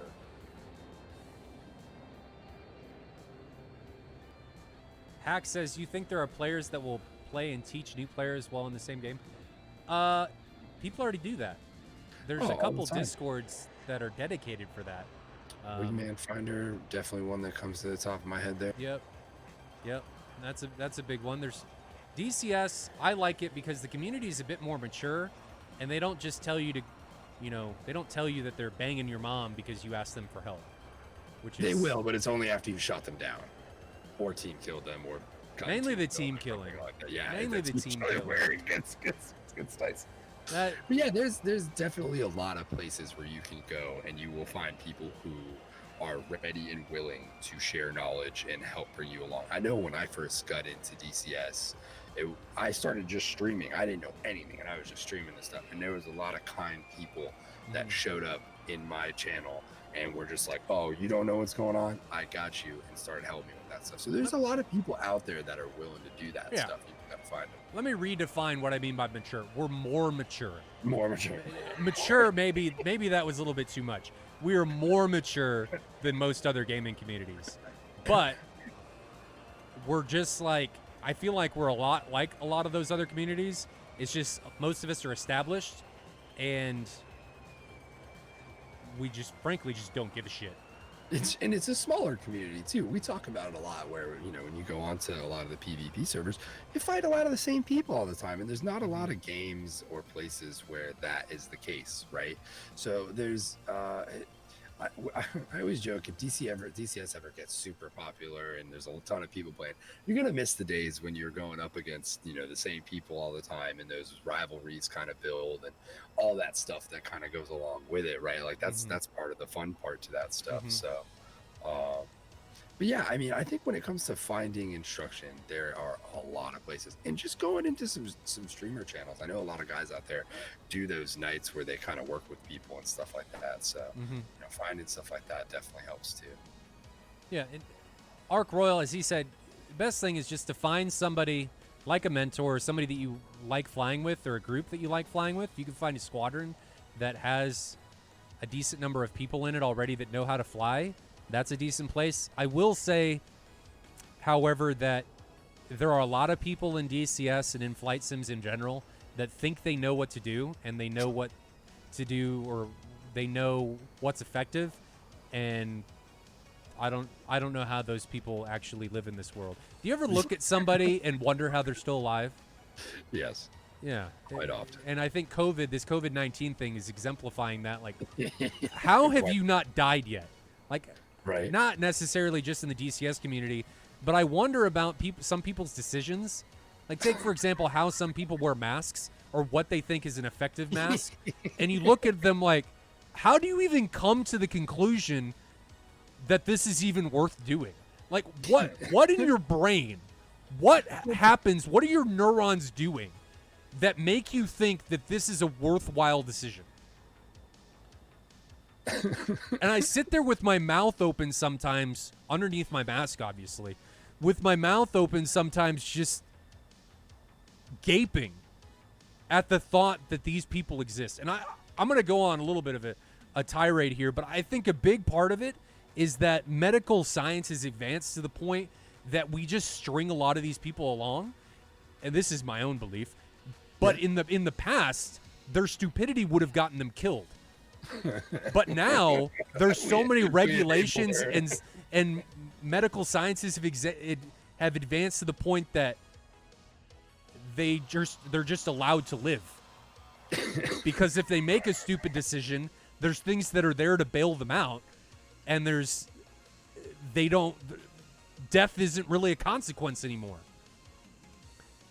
Like you lose a lot of that you lose a lot of that Darwinism. It's true. And then those people are allowed to breed and multiply, and it just gets worse. But I'm gonna get off this before this goes any place that it wouldn't. But that's sometimes I just wonder. To the point some of those guys are making in chat too. Discord is an invaluable tool, especially now that you can stream your screen. Oh, absolutely. Like, I know when we have guys who have a problem, right? It's just like, dude, throw your stream up, and in 2 seconds, we're diagnosing what the problem is and kind of helping there. So yeah, getting in with a group that uses Discord and has people that can, kind of help and utilize that as a tool, because it is such a valuable tool. The more times than not, when it comes to these modules, you don't realize what you're doing wrong, and someone with enough time can look and be like, yeah, you just don't have that set up right, or this or that. Like, we see that happen so often, where just 1 or 2 little corrections fixes a major problem for somebody from just kind of peeking at it. So yeah, there's a lot of groups out there doing that these days, and finding one that unfortunately with some people though, those corrections never happen. Like, you can lead a horse to water, you can't make it drink now, isn't that? That's how that goes, right? Well, it'll drink something. just probably not the water. It's drinking somebody's Kool-Aid, just not what you want it to drink. Kool-Aid, yes. Well, I can go for some Kool-Aid right now. It does kind of sound good, doesn't it? Yes, it does. Billy, while I'm getting the next tracks set up, so we're not and looking at the cameras, we got to work on your lighting a little bit. But yeah, I can probably tune that up. Don't worry about it right now. We'll worry about it later. But what is your drink of choice while you're simming? What beverage do you partake in? I rock the G Fuel, man. I rock the G Fuel. You're a G Fueler?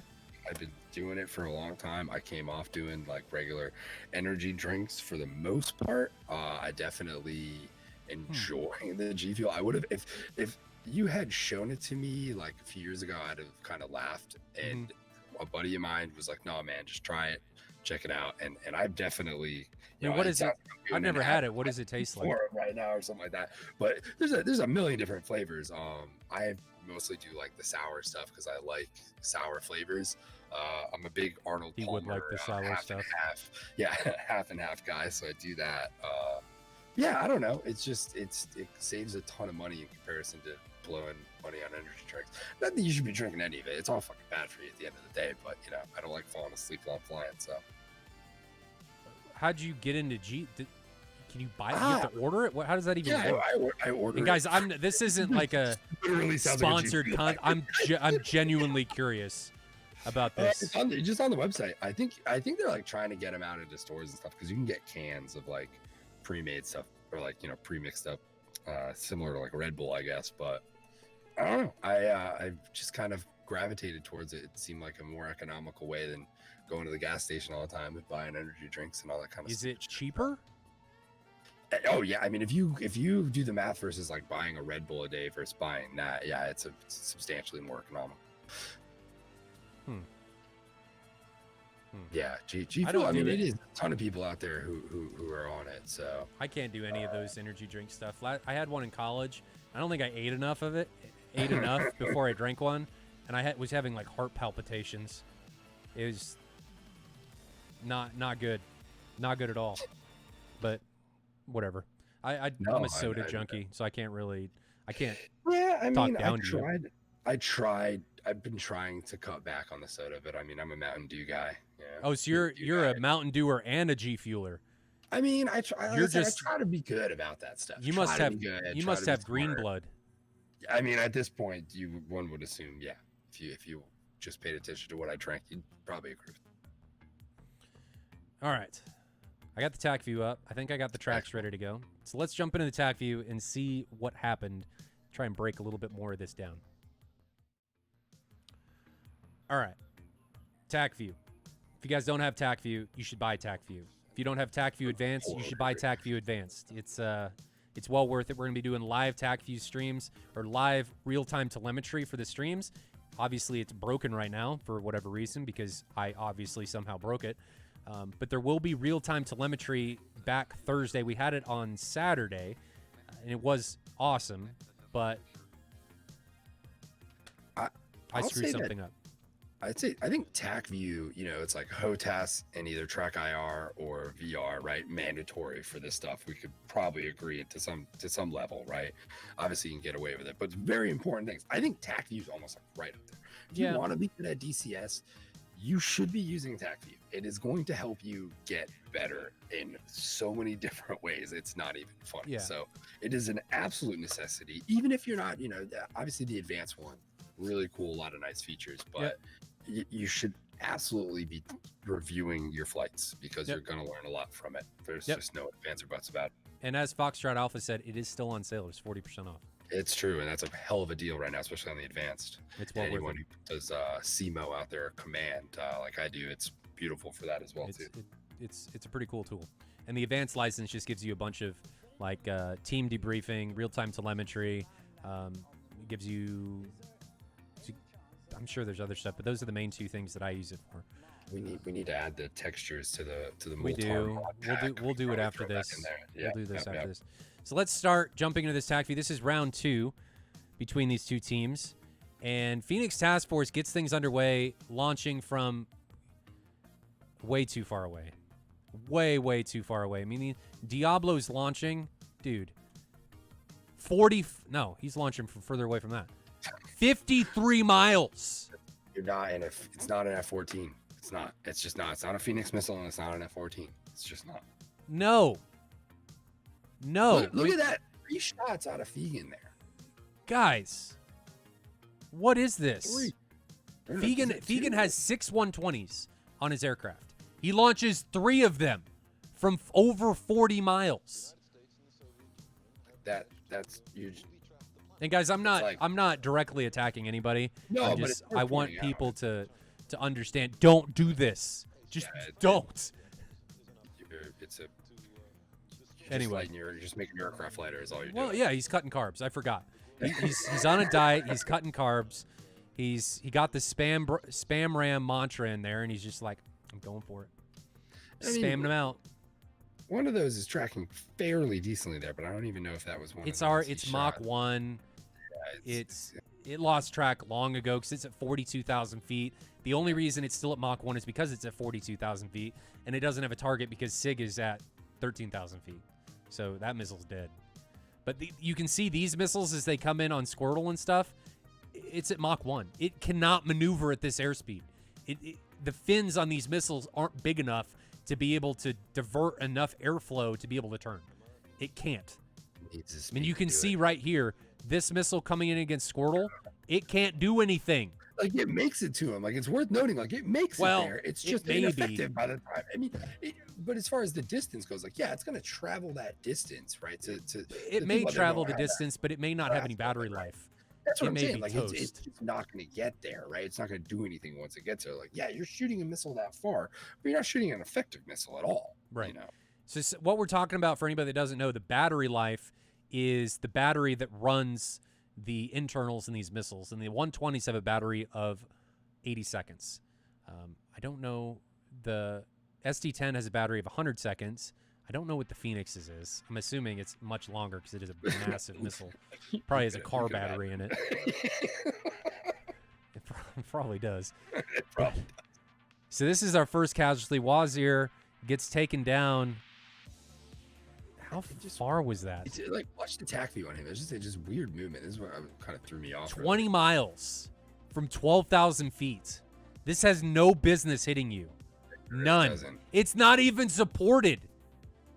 This is where I wasn't sure if he just bleeds a ton of energy. This is why I wanted to see it when we were showing. He's at Mach 0.6. He's trying to notch it. And I think he thinks he notches it, and then he just turns into it. Oh, no, he doesn't. He gets greedy. Right there. He gets greedy. Of energy there too. Yeah, and he shoots. So he's trying to notch this, but he's not dropping chaff. He's in a decent notch here, but he turns out of the notch. So he's notching it here. There you go. Yeah, sorry. He's notching it here decently well, but then he turns out of it, and he's actually in a not a bad notch. He's just not dropping any countermeasures. He's super slow. But you want to be slow when you're trying to notch. No, I know, but he basically, if you just go back a little bit, he had a bit more energy that he could have taken through that turn, but for whatever reason, right here, he just bleeds all of it. Like, it's like probably he a turns hard back turn. And he tries to come back and shoot again, and I think that's well, he does shoot again. If he had continued on that escape right there, that evasion, he would have been fine. But for whatever reason, he decides to come back in there and make that play, and that I think is what did him in. Then Deathly gets taken down. Deathly just gets caught. This was the one that he got caught with his pants down. So Deathly, he was pushing the envelope there a little bit. He's pushing. Who's he pushing against? He sees Squirtle, and he launches on Squirtle, from 20 miles. It's not. That's not going to work. That is not going to work. It's not worth it to waste one of your missiles at that range. And he gets tunnel vision, and then he comes in against Sig, and Sig puts a weapon on him at 10 miles. That's a better shot, but Sig isn't fast enough to make this missile dangerous. Deathly just waits too long. He has a missile warning right now, unless his RWR's turned off, and he just waits and waits and waits, and he's not fast enough for how long he was waiting, so now he's turning away. He turns really hard, doesn't conserve any of his energy. He's at 0.8 Mach, still at 26,000 feet. The missile's at Mach 2. Doesn't have to turn very hard because he's so damn slow when he's doing this turn, so the missile doesn't have to bleed any energy, and he takes it up the pooper. Yep. Right up the pooper. More missiles. It could have been a lot more cranking today. Just not enough cranking, I feel like, in a lot of cases. There's just not, in my opinion, there's not enough energy in these guys. I mean, look how slow everybody's sitting at Mach 1 or under. Vegan's at 0.4 Mach. Yeah, you're not doing anything when you're shooting that slow and you're moving that slow. You're asking for problems. Diablo comes in. This was a case of just, I don't know. This was a case of I don't know what happened. Diablo is within 5 miles of Leighton. Leighton's higher than him. He should see Leighton, but just flies straight into this missile. And this, I think, is a perfect example, and this is a huge assumption, but this, I think, is a perfect example of looking down at your sensors and not looking out of your cockpit. So you're letting your sensors fly the plane instead of you fly the plane. And I think that's my guess as to what happened here. I had a big problem with that myself, where I would get into these merges and I'm staring at the SA page or I'm looking at the radar win. Dude, inside 10, you need to be glancing at that thing and mainly scanning the sky. And that's why, I love having those bore-sighted, IR missile seekers, because it allows you to get your head around and still be doing something effective. Yeah. Not just using your Mark 1 eyeballs, right? Like that to me is kind of paramount. Right. I mean, I'll look at sensors about here trying to find him, and I'll glance down trying to locate him, like if he's on data link to see where he's at. But then once I locate him, I don't look at that crap anymore at all. And if I can't get him, if I can't get him in my radar before he's far enough away, I'll just turn my radar off and rip a mad dog at him, and they'll find him as long as it's close. I think I use the phrase a lot, knowing when to hold them and knowing when to fold them. And when you get into these tight situations, sometimes folding it and getting low, finding a bigger ridge line and buying yourself some space and time and is the better bet. Now let's talk about Leighton. Leighton releases this missile at pretty good position, 14,000 feet, Mach 1.4. He gives the missile a lot of potential. However, to work with.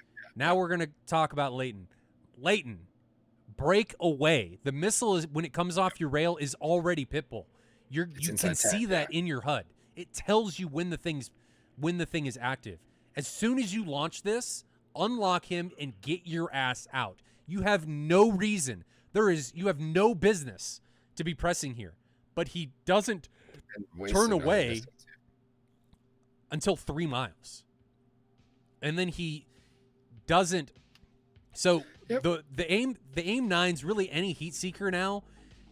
If you're turned away from the missile, or if you're flying perpendicular to its seeker head, it really doesn't matter what you do. It's going to kill you. Well, he took a situation that was a definite kill for himself and turned it into a trade situation just he because waited too long. He waited too long, and he wasted a missile, as well as just continued to press and didn't crank or didn't notch enough after that shot. I mean, if you look there, it's just kind of a simple right turnoff, a right breakaway there. He needed to kind of be vertical notching and getting away because he got in so tight. He was flaring, which was good. But when you flare, if you're perpendicular to an IR missile coming into you or turned away, it doesn't matter. It's gonna kill you. It's gonna kill you. You've got to be, to make flares really effective, head on. Otherwise, your hot exhaust most of the time gets seen and it just kills you anyway. It doesn't really care. No, it's an important thing to note. Flares, you really need to be at the right angles to get the most out of those things. Yeah. And this is another case of, I don't know what Fegan's doing. He's recommitting into multiple aircraft at 5 miles. Squirtle does a much better job. This is what Leighton should have done. He launches and then gets the hell away. So he launches. He's really close. In all honesty, if Fegan was faster and would have launched at Squirtle, Squirtle probably would have died. Because he's inside 8 miles, low, it probably would have died. And he's not fast enough to really have the airspeed to get away from that. But Fegan is at 0.6 Mach when he's coming in, and then he gets even slower when he goes into this turn. He doesn't get into a notch. So there goes an aim 9. I really wish that would have been a 120, but it goes into a mountain. And this missile lofts and goes over the mountain and just smashes Fegan in the butt. Gives him a butt slap you won't forget and rips his whole aircraft apart. So that's round 2. Grim Reapers are able to come back, equalize everything at 1 apiece.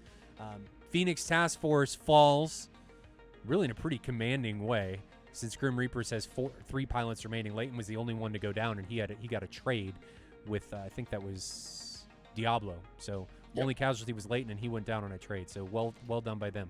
But let's see how round 3 goes. I'm going to send you guys to another fan video while I get the tracks playing, and we will see you guys back here to see the all-encompassing round 3. Phoenix Task Force and Grim Reapers tied 1 apiece.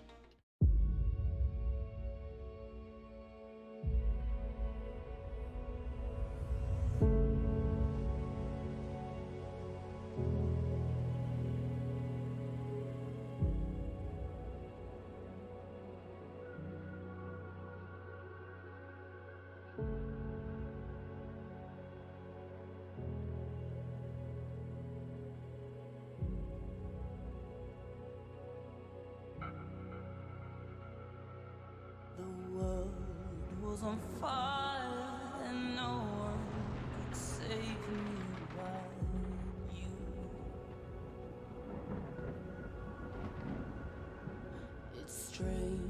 Your desire will make foolish people do.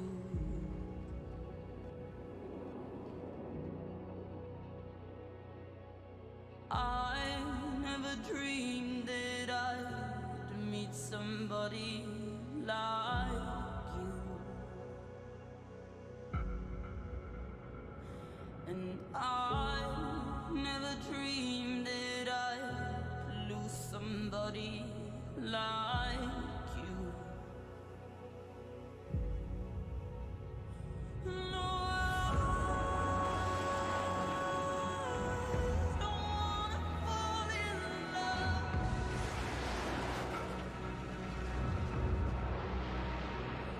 No, I don't wanna fall in love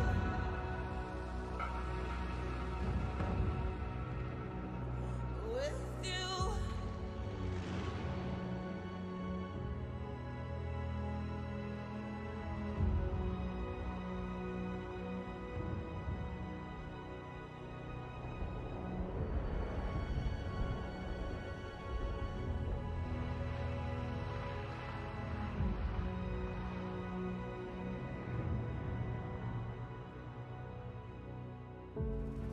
What a wicked game to play,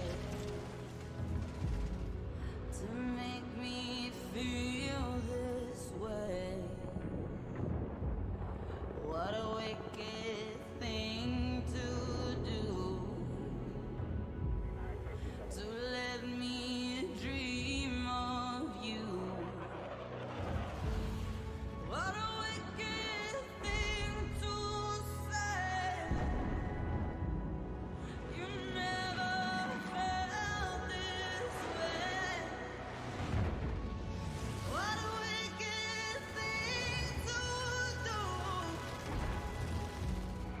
to make me dream of you. No, I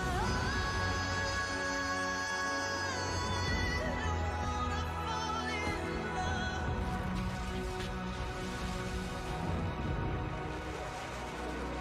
No,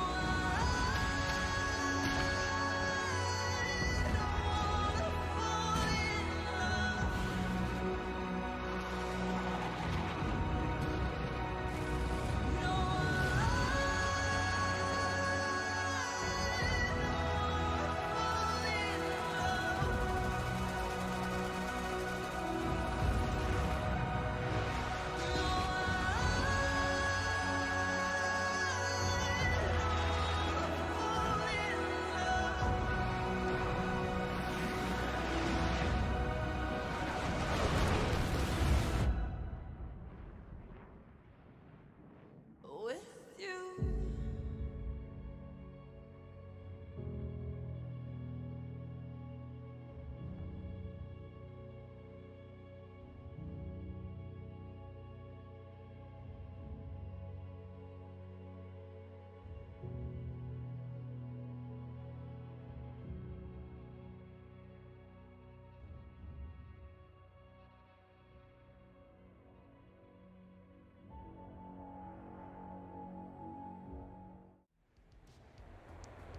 Welcome back, ladies and gentlemen. Again, this is round 3 between Phoenix Task Force and Grim Reapers, tied at 1 apiece.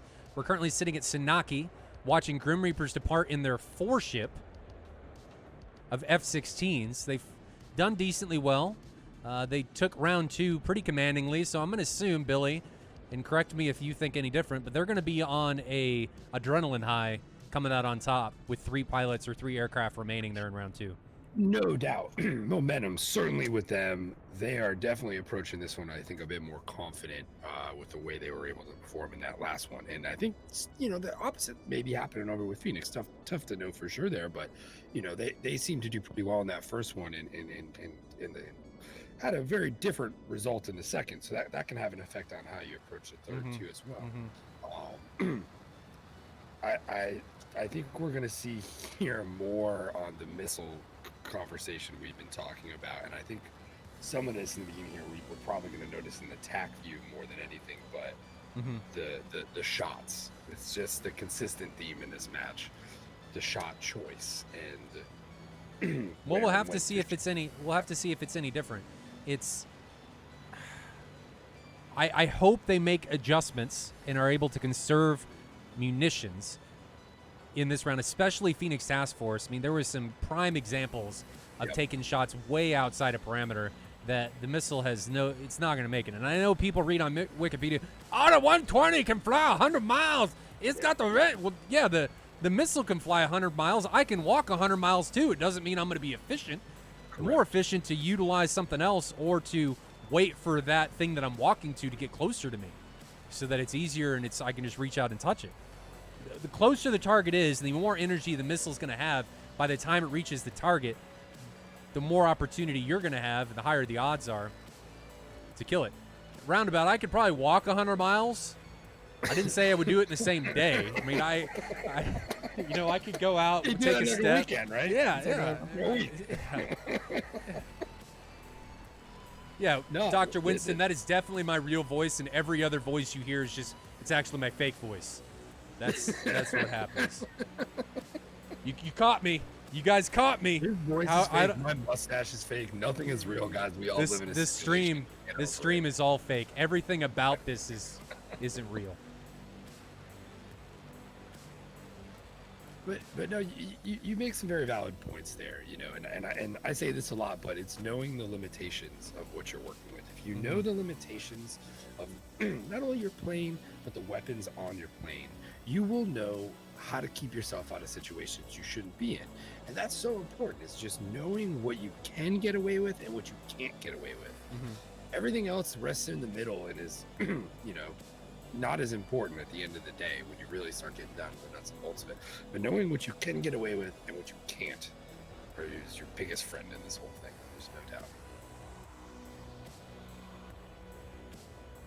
For anyone that's just joining us, this is SATAL 2020. The current match is Phoenix Task Force against Grim Reapers, tied at 1 apiece. The map location, if we take a look at the map, is Sanaki versus Mazdak. So how that works, for anybody that doesn't know, is the teams meet probably 15 to 30 minutes before their scheduled match time, and they select, using a banding process, one of 23 different maps. So each team has 11 bands. The home team goes last, so they have a little bit of an advantage, but they're able to ban. Each team bans one map at a time, and they go back and forth, so each team bans 11. And the map remaining, or the mission location remaining, is the one that is used for the mission. So teams are able to then curtail, in a way, the type of mission or the type of scenario that they want to fly in. So it's a little more work, but I think it works fairly well because it allows teams to have a say in what they're going to fly instead of everything being random. Most other competitive esports do it this way. Counter-Strike does it this way. League of Legends does it this way in some capacity. So I really like it. The other thing that happens is the home team is allowed to select the mission restriction set, or the weapon restriction setup. There are 2 weapon restrictions. Weapon restriction B allows the 120B and the Phoenix Mark 47. Weapon restriction A allows the 120C and allows the Phoenix Mark 60 and the C variant. The Phoenix in both weapon restrictions is limited to 4, and the AMRAAM in both weapon restrictions is restricted to 6. The AIM 9X is banned in both. So the AIM 9X and nukes are, I think, the only weapon that are banned throughout all of SATAL. So that's no how. Nukes in SATAL? I know, right? No nuclear rockets? God. Moltar, you don't let anyone have any fun. Dude, I know. Swear. We could have had a Korea-esque scenario all over again. Oh, man. When is DCS going to give us those air-to-air nuclear weapons? That's what I was just talking about. Okay, yeah. Yeah, that's what I was talking about with nuclear rockets, right? That's because that was a thing. Yeah, right. They were against bomber formations and stuff. That was what they were doing. Bob went in the middle. And yeah. Let me just shoot the nuclear weapon out here. Don't give a shit about Fallout. There's Moltar's real voice again. Yeah. Yeah. What can you do? I mean, I listen to Moltar talk like that on a daily basis. Yeah, so before the stream and stuff, guys, it's really me sounding like a dipshit. I mean, because that's my real voice. I'm really one of those people that everybody wonders how I'm not dead. I'm really just the embodiment. Like, does he know that he's one of those guys? Does he know he's one of them? One of them. Yeah, I'm that guy. No doubt. I think we all are that guy at various times in our life, right? I think Oh, we of all have course. those moments, right? Of course. No doubt. Kind of like the moment when they thought a nuclear air-to-air weapon was a good idea. Like similar, right? Or nuclear artillery. Or nuclear artillery. Or nuclear landmines. Yep. I mean, You know, all those things sound like great ideas. They just probably more effective than they need to be. Right. Yeah. I mean, well, mutual destruction is a pretty wild thing when you start getting into the minutia of it, and that is certainly part of it right there. Those little any seemed like Cold War era, any opportunity we could stick a nuclear something in something, we did it, and it doesn't really matter what side you're talking about there because of the intimidation. One of the most right? interesting ones for me, before these guys get in, we saw 120 come off from Deathly, but it was way too far away, so I'm not even going to bother following it. Was nuclear-powered aircraft. Who thought that was a good idea? We're just going to drag a nuclear cloud of exhaust vapor over everywhere we fly. I mean, I understand if we're flying it over somebody we don't like, but how or in what way did somebody think we got to make this happen and then put it into practice, put a bunch of people in a tin can way above the ground, and then fly around? Like Gutter King said, that's like Agent Orange on steroids. Pretty much. Who thinks that's a good idea? I guess the same people that probably would have died if Darwinism was still a thing.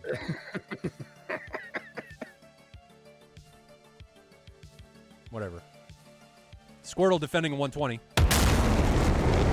Yeah, we saw here, Fagan, I think, attempts a massive 3-shot Twiz shot, I would have to assume, in that F-15, but just well out of parameter from what I could extrapolate there. There's a lot of well out of parameter shots, so it's really hard to find the one that you're specific. And guys, I don't want anybody to think that I'm talking bad about anybody. Yeah, no, use this as an educational tool. And Absolutely. something, again, that I want to point out is that hindsight, we've said this a couple times during the stream, is always 2020. People need to understand that the viewpoints and stuff that these guys have in the cockpit and the amount of stress that these guys are going through in the cockpit is vastly different than what you encounter in a PvE or even a PvP scenario on a public server. It's totally different once you get into competitive play because there's more on the line than just dying and I'm going to go back and respawn. I don't really give a shit. It's if you die, you're letting your team down, you're letting yourself down, and you're that much closer to losing the round and the match overall.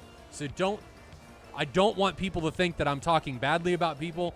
I've done stuff. I told you guys a couple weeks ago, I've taken off without weapons in SATAL. Yeah.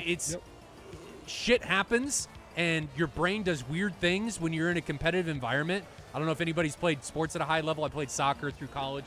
And your brain can do some weird things where you've done things a million times, and then you come into a situation where you should be good to go, and all of a sudden you're like, I don't remember how to do this. Beautiful What do I do? vertical launch by Squirtle there. And actually, we need to take a look at this. Way is going to be... There's a 120 coming. Where'd it go? I think it missed him. Close. It might have. There it is. It missed him. Okay. I got a little worried there. I thought that 120 was going to be a bit more of a problem. But there's so many 120s everywhere. It's hard to keep track of where people are. Bear has a couple 120s coming in on him. So he launches in response to those 120s. There's the 120s 4 miles away. 3 miles now. And those are going to be trashed. Who's flew into the ground? Looks like somebody did. Somebody did. I saw him on a different camera. Somebody flew into the ground. I don't know who that was. I think it was somebody from GR. It was Squirtle. Yes, that's right. Actually, I recall seeing that in the tag team. So we're down to 3 pilots apiece. We missed somebody from Phoenix Task Force, and we saw the ground claim its latest victim. It is 1,000,000. He is undefeated and undisputed champion of the world. But now Leighton's coming in against Diablo. Let's see if we can grab Diablo. There's Diablo down low. There's a couple pilots, so I'm going to switch and see if I can grab them on a different camera angle. So let's grab Diablo. Let's go to dual view. So there's the missiles coming in from the left. Diablo shot. Is it going to reach out and touch? You guys... You can't see it. Never mind. I'm not doing the dual camera because I clicked the wrong button, and I'm messing up. You guys didn't miss anything. None of the missiles hit. So nothing was missed here. But Diablo launched a missile that got pretty close to its intended target. So now Bear is coming in from the left. Let's jump back in. Note on Diablo here: no 120s left on that airframe. That's a good point. Deathly's got a couple 120s coming in on him. He responded against Sig with 120s coming in against him. So that was a trade. Fegan's a bit further back. So we're down to a 3v3. And Diablo, Deathly, and Fegan are sandwiched between Bear, Leighton, and Sig. Head-on incursion coming between Deathly and Bear. I don't think Diablo sees Leighton, though. Does Leighton see Diablo, though, is the question. I don't know. We're riding along with Deathly. There's a 120 coming into him, and Deathly gets pounced on. I don't know what happened there. Maybe his bank turn made it so that he didn't get an RWR warning? I don't know, but now if we jump and look at Sig, we've got an AIM 7 coming in from Sig from the left. Where is it? I don't see it. 7 shot. Oof. Or sorry, AIM 9. But there's a 120 coming in on somebody. On Leighton. Is Leighton going to be able to get away from that? I don't think so. Leighton's going to die. So Leighton gets taken down by a 120. He just doesn't defend it. Continues to fly straight and level. He ends up getting taken down. Now we're down to a 2v2. Sig's in a really good position against Fegan. Let's jump to that camera. Let's jump over here. I'm going to grab Fegan. Let's go there. And let's do dual view. So now we're watching one apiece between Fegan and Sig. And I think Fegan actually got hit by something. He's in a death spin, and I don't think he's going to recover. Yeah, he ejected it. He had a 4-person one circle fight there for a second with 120s. That was pretty well. Okay, so now we've got one Phoenix task. Nope, he crashed. Everybody's dead. I don't know what happened there. How did everybody die? I didn't see any missiles. What happened there? Oh, track's bugged. Okay, Roof says track's bugged. I don't think this is the case in the TAC view is going to show, I think, what happened there. That's unfortunate. So what it looked like is people got hit by missiles that we didn't see launched. So the missiles launched, and we just didn't see them impact. I think Squirtle might be hit here. He says he's still alive. I think he gets hit, and I think it does that DCS thing where it may be weird with the track where he's hit. I think it's weird. I think it's weird because these are player tracks. They're not server tracks. Correct. So, guys, this shouldn't be an issue going forward. It's just this is a first-person track on Squirtle's point of view, and we're using it as the server track because the server wasn't restarted between the rounds, and it doesn't like that. The tracks don't generate properly. So I'm going to assume that these guys, well, we're going to ride along with them on RTB here. But what do you think happened there? I mean, that was just a Phoenix Task Force kind of got gang raped. We make a Pokemon reference? If I did, I don't know. I didn't make a Pokemon reference. I mean, I know Squirtle's name is a Pokemon reference. Oh, yeah. That was right over my head. I mean, I played Pokemon. I've got a crap ton of Pokemon cards from my childhood. I can probably still name most of, if not all of the original 152. Billy's looking at me like, what the fuck is wrong with you? Nerd! I almost watched my friend get taken out by a bus playing Pokemon Go. I was going to say, like, how does getting almost taken out by a bus have anything to do with Pokemon? But then you said while playing Pokemon. Hey, man, I liked Pokemon when I was a kid. It's a great series for kids. I mean, I think I don't know if I was ever at the right age group. I don't know. I just never got into it. It was never my thing. I was into a lot of weird stuff back then. Billy was too cool. He was too into girls. Or boys, you know, whatever. Yeah, no, not that one. No. Definitely more into the ladies, my friend. But what happened there, Billy? I mean, you got any idea of what happened there to Phoenix Task Force? It seems like they're getting missiles launched on them, and they're not doing anything. I think the nerves are getting to them. I'm chalking this up to nerves. I think it's the nerves. There's certainly a very strong possibility of that. I think what we see there is or at least I want to see what happens after that. Because what we had there is that there's 4 people in a 1-circle fight turning, and they do almost 2 revolutions from what I had in my notes here. But at least I want to watch that one more time. Which is pretty amazing that they all stayed in pursuit of each other like that for that long. It was surprising to me. But I want to know what happens after that, because I feel like that moment right there is probably pretty pivotal to what happens. Pivotal to what happens in those last. Man, we just catapulted Billy back to his childhood, and he can't speak anymore. Joel delete on Billy here. No wonder he couldn't play Pokemon. He probably couldn't read. That's fair. That is absolutely fair. The distance that these guys have to RTB, they're going back to Sanaki, is roughly 59 miles. I don't anticipate fuel being any issue. Do you? I don't either. I'm going to assume that I mean, these guys are... Bear's in gate, so yeah. I don't anticipate this being a problem. It didn't go long enough to really warrant a fuel problem. You don't see anything? What?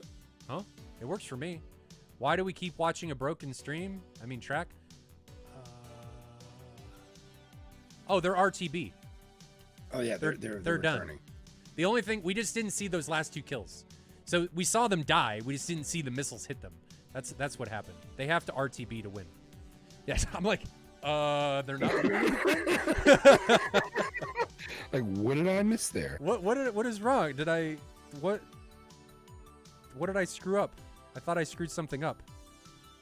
Which is entirely possible, and we know I screw things up all the time. All the time. All the time. I gotta figure out, I gotta learn better how to manage these camera angles. Maybe I need 2 more cameras. I don't know. I need somebody else to run the cameras. Yeah, and maybe we sit down and figure out a way for me to be able to help with that. I'm not sure how easy that is, but we can certainly have that conversation. That would be cool. I do have some photography background, you know. Well, roundabout, what I mean by 2 more cameras is it allows me to just leave the camera angles on 2 of them, and then I can just be editing the other 2, and then I have more options to flip back and forth. So I'm not trying to manipulate all the cameras at the same time. I'm just trying to, I don't know. Leave me alone. Like, let's look at the way a football game is shot, right? There's multiple cameras, and there's a truck, a lot of screens, and a couple people in there that are kind of organizing and moving where those shots kind of lead to tell a story, right? Moltar's doing all of that himself while talking about the match. So a lot going on there, right, with that whole thing. I think he does a pretty damn good job of it at the end of the day when you add up all of the moving pieces of that. So that's kind of the benefit those, you know, large sports type programs have to their benefit, is the ability to kind of pick and choose those different camera angles and tell a story. So I think for us, it's and it's been a process I think we've actually gotten a lot better at over the years here of having different camera angles that can paint a better picture for you guys at home of what's happening in the actual match. Because I think we all know it can be kind of difficult to get good perspective into what you're watching here and what you're seeing. So that's where we come in, trying to maybe explain things and fill in a lot of those gaps. But it's a process I think we just continue to kind of work through with this. Yeah. Right? Maybe one day ED will bless us with a suite of beautiful camera tools and things of that nature, right? You know, yeah, probably not. Probably not, but you never know, right? Probably not. But if anybody has, so we solved my issue with being able to flip back and forth between the DCS instances. Uratar, man, put me on the right direction. I ended up using auto hotkey instead of hyper key or whatever it was to move my mouse and click it. So that ended up working. So I can move and click, and I can just push a button and it selects the other DCS instance, which works really well. But does anybody have any idea about how to be able to manipulate a camera remotely? Anybody have any idea? I don't know. I'm just trying to figure out the best way to do this, if it's even possible. Do you sandboxy for multiple? No, I just run them. So I figured out the Windows, you can actually run a DCS client as a second user, so you can actually start the application as a different user, which allows you to run two instances of the same application at the same time. So that's all I do. I just run one instance as a separate user and run them at the same time. One is my main user, and it works great.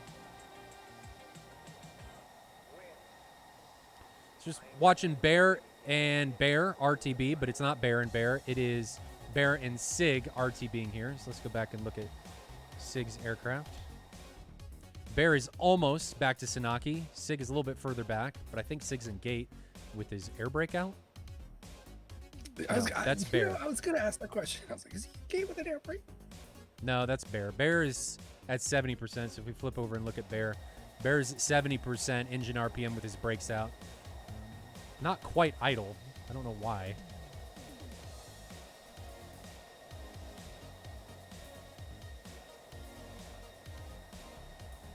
So Sanaki is right here. Bear's overflying Sanaki. I was going to say, I thought 3 made it back on this one. And yeah, Squirtle's there. We're just not seeing him. He's not here in my world. He's not here in my heart. If he's not in the track, he doesn't exist. He's dead to me. Squirtle, you didn't evolve. You were eaten by Venusaur. Sorry.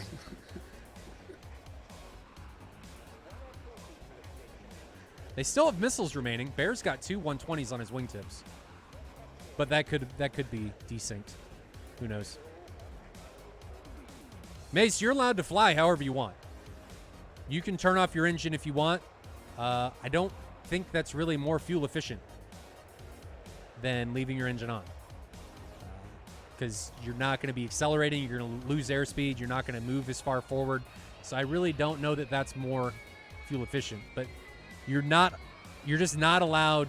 If you leave the bubble, so there's a bubble that exists around the mission location. It's probably, in this case, it's probably like 70 or 80 miles wide. If you leave the bubble, you're not allowed to come back in. So once you're in, you better stay there until everybody's dead. You can't refuel and you can't rearm unless there's a tanker. And the tankers on the longer maps only exist outside of the bubble. So really, you better refuel before you enter or after. But if you refuel before, you got to remember that if the other team controls the bubble by themselves for 5 minutes, you lose. So. And then you got to worry about getting into the bubble once the team's already established inside of it, which I feel like that's not going to be fun. Well, if it's big enough, it really doesn't matter. It's true.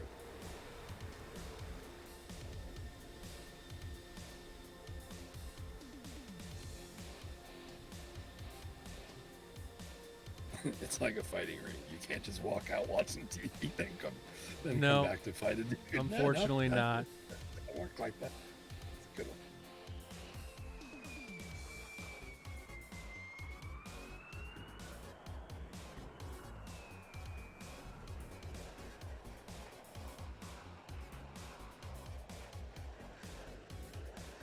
Yeah, it's a fair point. 16.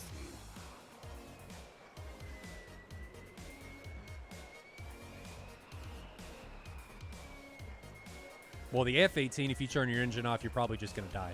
You're just a rock at that point. No hydraulics. You just shit out of luck. You just started a fight you can't win. If the engine's dying that thing, you might as well just pull the ejection handle. You're not doing anything besides falling out of the sky to your death. So Sig's able to put it down. Unknown Squirrel that was eaten by Venusaur is probably putting it down somewhere. Or at some time. The 15 or the 14 will glide for what feels like forever. I feel like I could glide across an entire DCS map. Well, the Su-27 and the F-15 glide for a long way. I mean, you can glide... If you're at like 30,000, 35,000 feet, you can go over 100 kilometers pretty easily. It's pretty wild. Flat spin, I'm late arriving. Dude, you arrived right at the end. So Grim Reapers take it 2-1 over Phoenix Task Force. In the last two, the first one was pretty close. I mean, Squirtle was able to bring it back, but in reality, Phoenix Task Force kind of dominated that round. Squirtle used the hills to his advantage and took out 3 of the Phoenix Task Force combatants, but if it wasn't for him, it would have been a 4-0 raffle stomp by Phoenix Task Force. And then round 2 went really heavily to Grim Reapers. They had 3 pilots remaining, I think, at that point. And then round 3 in this one, we had 3 pilots again because Squirtle's here somewhere. We just can't see him. So that's it for the replays or the actual look into DCS. Let's jump to the TAC view to break down how this all went down. I'm going to send you again to well, no, I'm not. I'm just going to bring up the TAC views. Where's my mouse?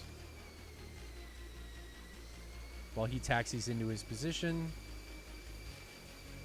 Open this TAC view so we can break it down real quick. And I do want to point out, ladies and gentlemen, that the tracks usually aren't broken. This was just because it's from a personal track file from Squirtle instead of the server track, because when the server was managed during the round, it wasn't restarted after each round. So when I was trying to replay the track, it didn't work very well. So that's why we're getting some desync. The server tracks don't typically desync, so that's why we're getting that. But let's jump in TAC view, see how this went down, and break it down a little bit further. Any insights before we jump into this, Billy? I'd like to. Yeah, no, it's mainly just the same points I've been making. The real observations I had were just the shots and the quality of shots at the end of the day. I feel like if we had seen a little bit more composure out of some of the Phoenix guys, I think they may have fared a little bit better through the later stages of that. That was my main takeaway. And then that 4-person 1-circle fight I thought was pretty cool. Look at these shots. 45 miles at Mach 0.87. If you guys are going to take these shots, you must, absolutely must be faster. You cannot take a 45-mile shot from 3/4 of a Mach. It will not work. I'm hesitant on it. Like, you need to really be well over Mach 1 to pull those shots off. I mean, I guess it can work if they flew into it, but you can see the missile, how much energy it bleeds when it's trying to have to pull with Squirtle here. It's just... Right. And you know, on a public server, somebody who's asleep at the wheel or doesn't have his RWR on, you got a good shot at taking him out of the sky. But these guys here are all ready and waiting for the possibility that these shots are coming. Yeah. I mean, they do get kind of close, but just imagine how much more energy they would have if you would have waited. If you would have waited 10 more miles. That's 10 less miles the missile has to travel. Yeah, it's just about giving yourself a better chance of making, getting your money's worth out of that missile. There's just not, they're not making their investments right. There's no return on investment here. Here's our first casualty. Is Sig takes down Wazir. It's a 120 launch from 20 miles. He's got 3 AMRAMs in on him here, and it's not a factor. Well, they're all dead. 0.45. Exactly. Well, that's that. Yeah. But there's a third. There's a third, I think. Oh, no, that goes off the other Phoenix Task Force, if you're listening, why are you guys so slow? Why are you at 0.65 Mach? You have no business being that slow at all. You lose all of your ability to maneuver. Now you're at 0.5. You can see the moment the motors die on those 120s, and there's just nothing there. You need that energy to help propel them after that motor dies. Yeah. And so you dodge the first missile by notching it. Oh, excuse me. But the second one, you recommit, and you're so slow, you can't effectively get back into the notch because you're 0.4 Mach. So at this point, when you're launched on from 20 miles, don't bother trying to notch. Just turn around and run away from it. But you're at such a low energy state when you're launched on that even that gets a little bit difficult. So it's really, you got to be faster. And if you're faster, all of these problems go away. And worth noting, Signore, he does the double shot there, but he waits a good amount of time in between them. They're not just 2 double taps. Yes. He puts one out, he waits, he changes his elevation. I believe he begins to vertical notch before he drops the second one. So if you look at it, I don't know if you can rotate down, but you'll see he drives that guy down with the first one, slows him down, and the second one comes in and takes him out. It was a really nice move. He does. They're actually launched from the same elevation, but they're separated enough that he may think this missile's dead and then recommit and then eat the second one. And you can see on contrast how close these missiles are together. You defeat one, you're going to defeat the other one. I mean, look, by the time they are anywhere close to SIG, you can see that these missiles are right next to each other. So just, if you're going to double shoot, wait a decent amount of time. Two 120s next to each other isn't going to do anything. It's the same as one. It's the same as one.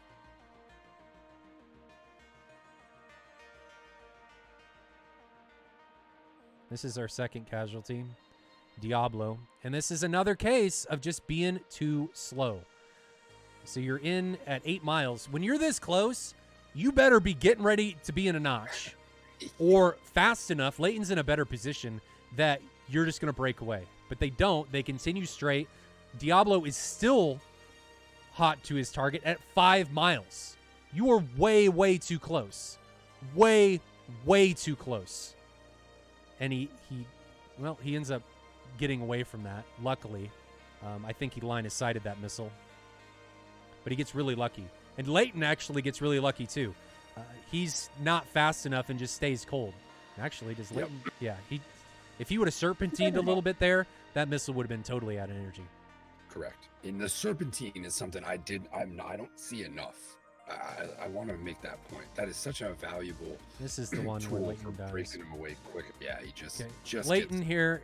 You're not fast enough when you're in this close. He has the right idea where he's trying to turn around and not try to notch, but he's waited too long. At this point, when you're inside 5 miles, you either have to line of sight the missile or you have to notch it when you're this close. You're not getting away from it unless you're Mach 1.5 or something like that, and you can run. He's under Mach 1. He's not going to run away from that. He may be, if he serpentined a little bit, been able to get away from it, but it ends up running him down.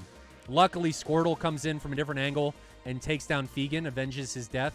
Squirtle's at a much better energy state. However, he's way too close. He launches. There is no reason to stay hot in this position. You're just giving another hot contact, who's Fegan in this position, the opportunity to take you down. So if Fegan would have seen you, Squirtle, and launched on you, you'd be dead unless you could line of sight that. You're too fast to get into a notch quickly. And it's a dangerous position to put the 120 head on with a friendly right behind him. I mean, you're gambling there. If that guy ends up killing him before you, I mean, that's where communication, we pointed out today many times that it does look like the Grim Reapers guys did have really good communication going on from what we can see.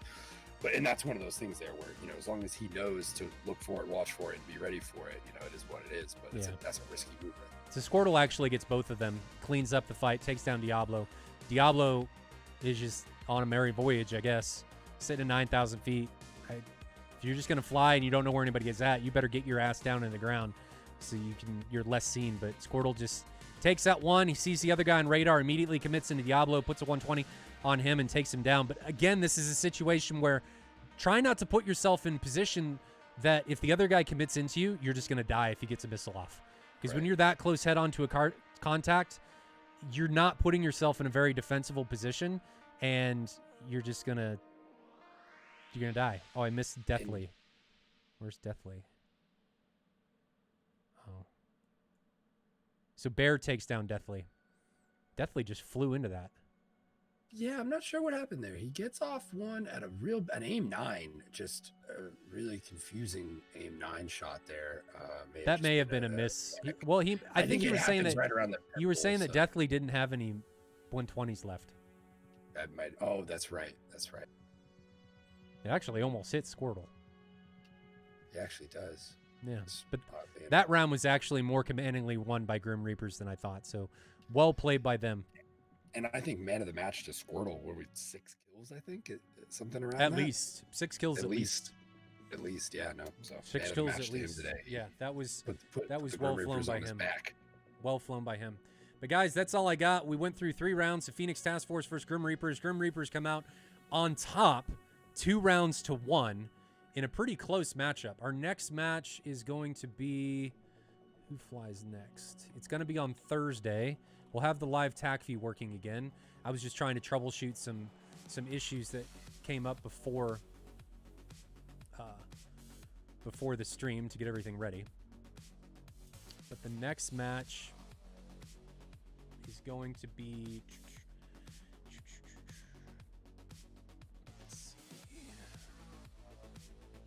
Outer Haven versus Baby Shakers. And that'll be on Thursday. 1500 Zulu. Be watching for the supercut before it releases, and I should have it fixed so that we can watch it during the stream. But again, 1500 Zulu on Thursday. Outer Haven versus Baby Shakers. We haven't seen either of those squadrons fly yet this year, so be watching and waiting for that one. We'll be releasing the stream replays on YouTube probably about a week after they air on here, and then we will be watching for the supercuts. And if you guys want to have access and view any of the match tack views, they are available on the DCS World Events Google Drive. You got anything to say in closing, Billy? I think I'm all set. Yeah, no, I'm ready for some very food. hungry. I'm starved right Me now, too. so I am right very there with hungry. you. But guys, that's all she wrote. I'm your host, Moltar, joined as always by the mustache man himself, Billy Wah Merlin. Until next time, Thursday, 1500 Zulu, Outer Haven versus Baby Shakers. Have a good one, and fly safe those virtual skies. See you guys later.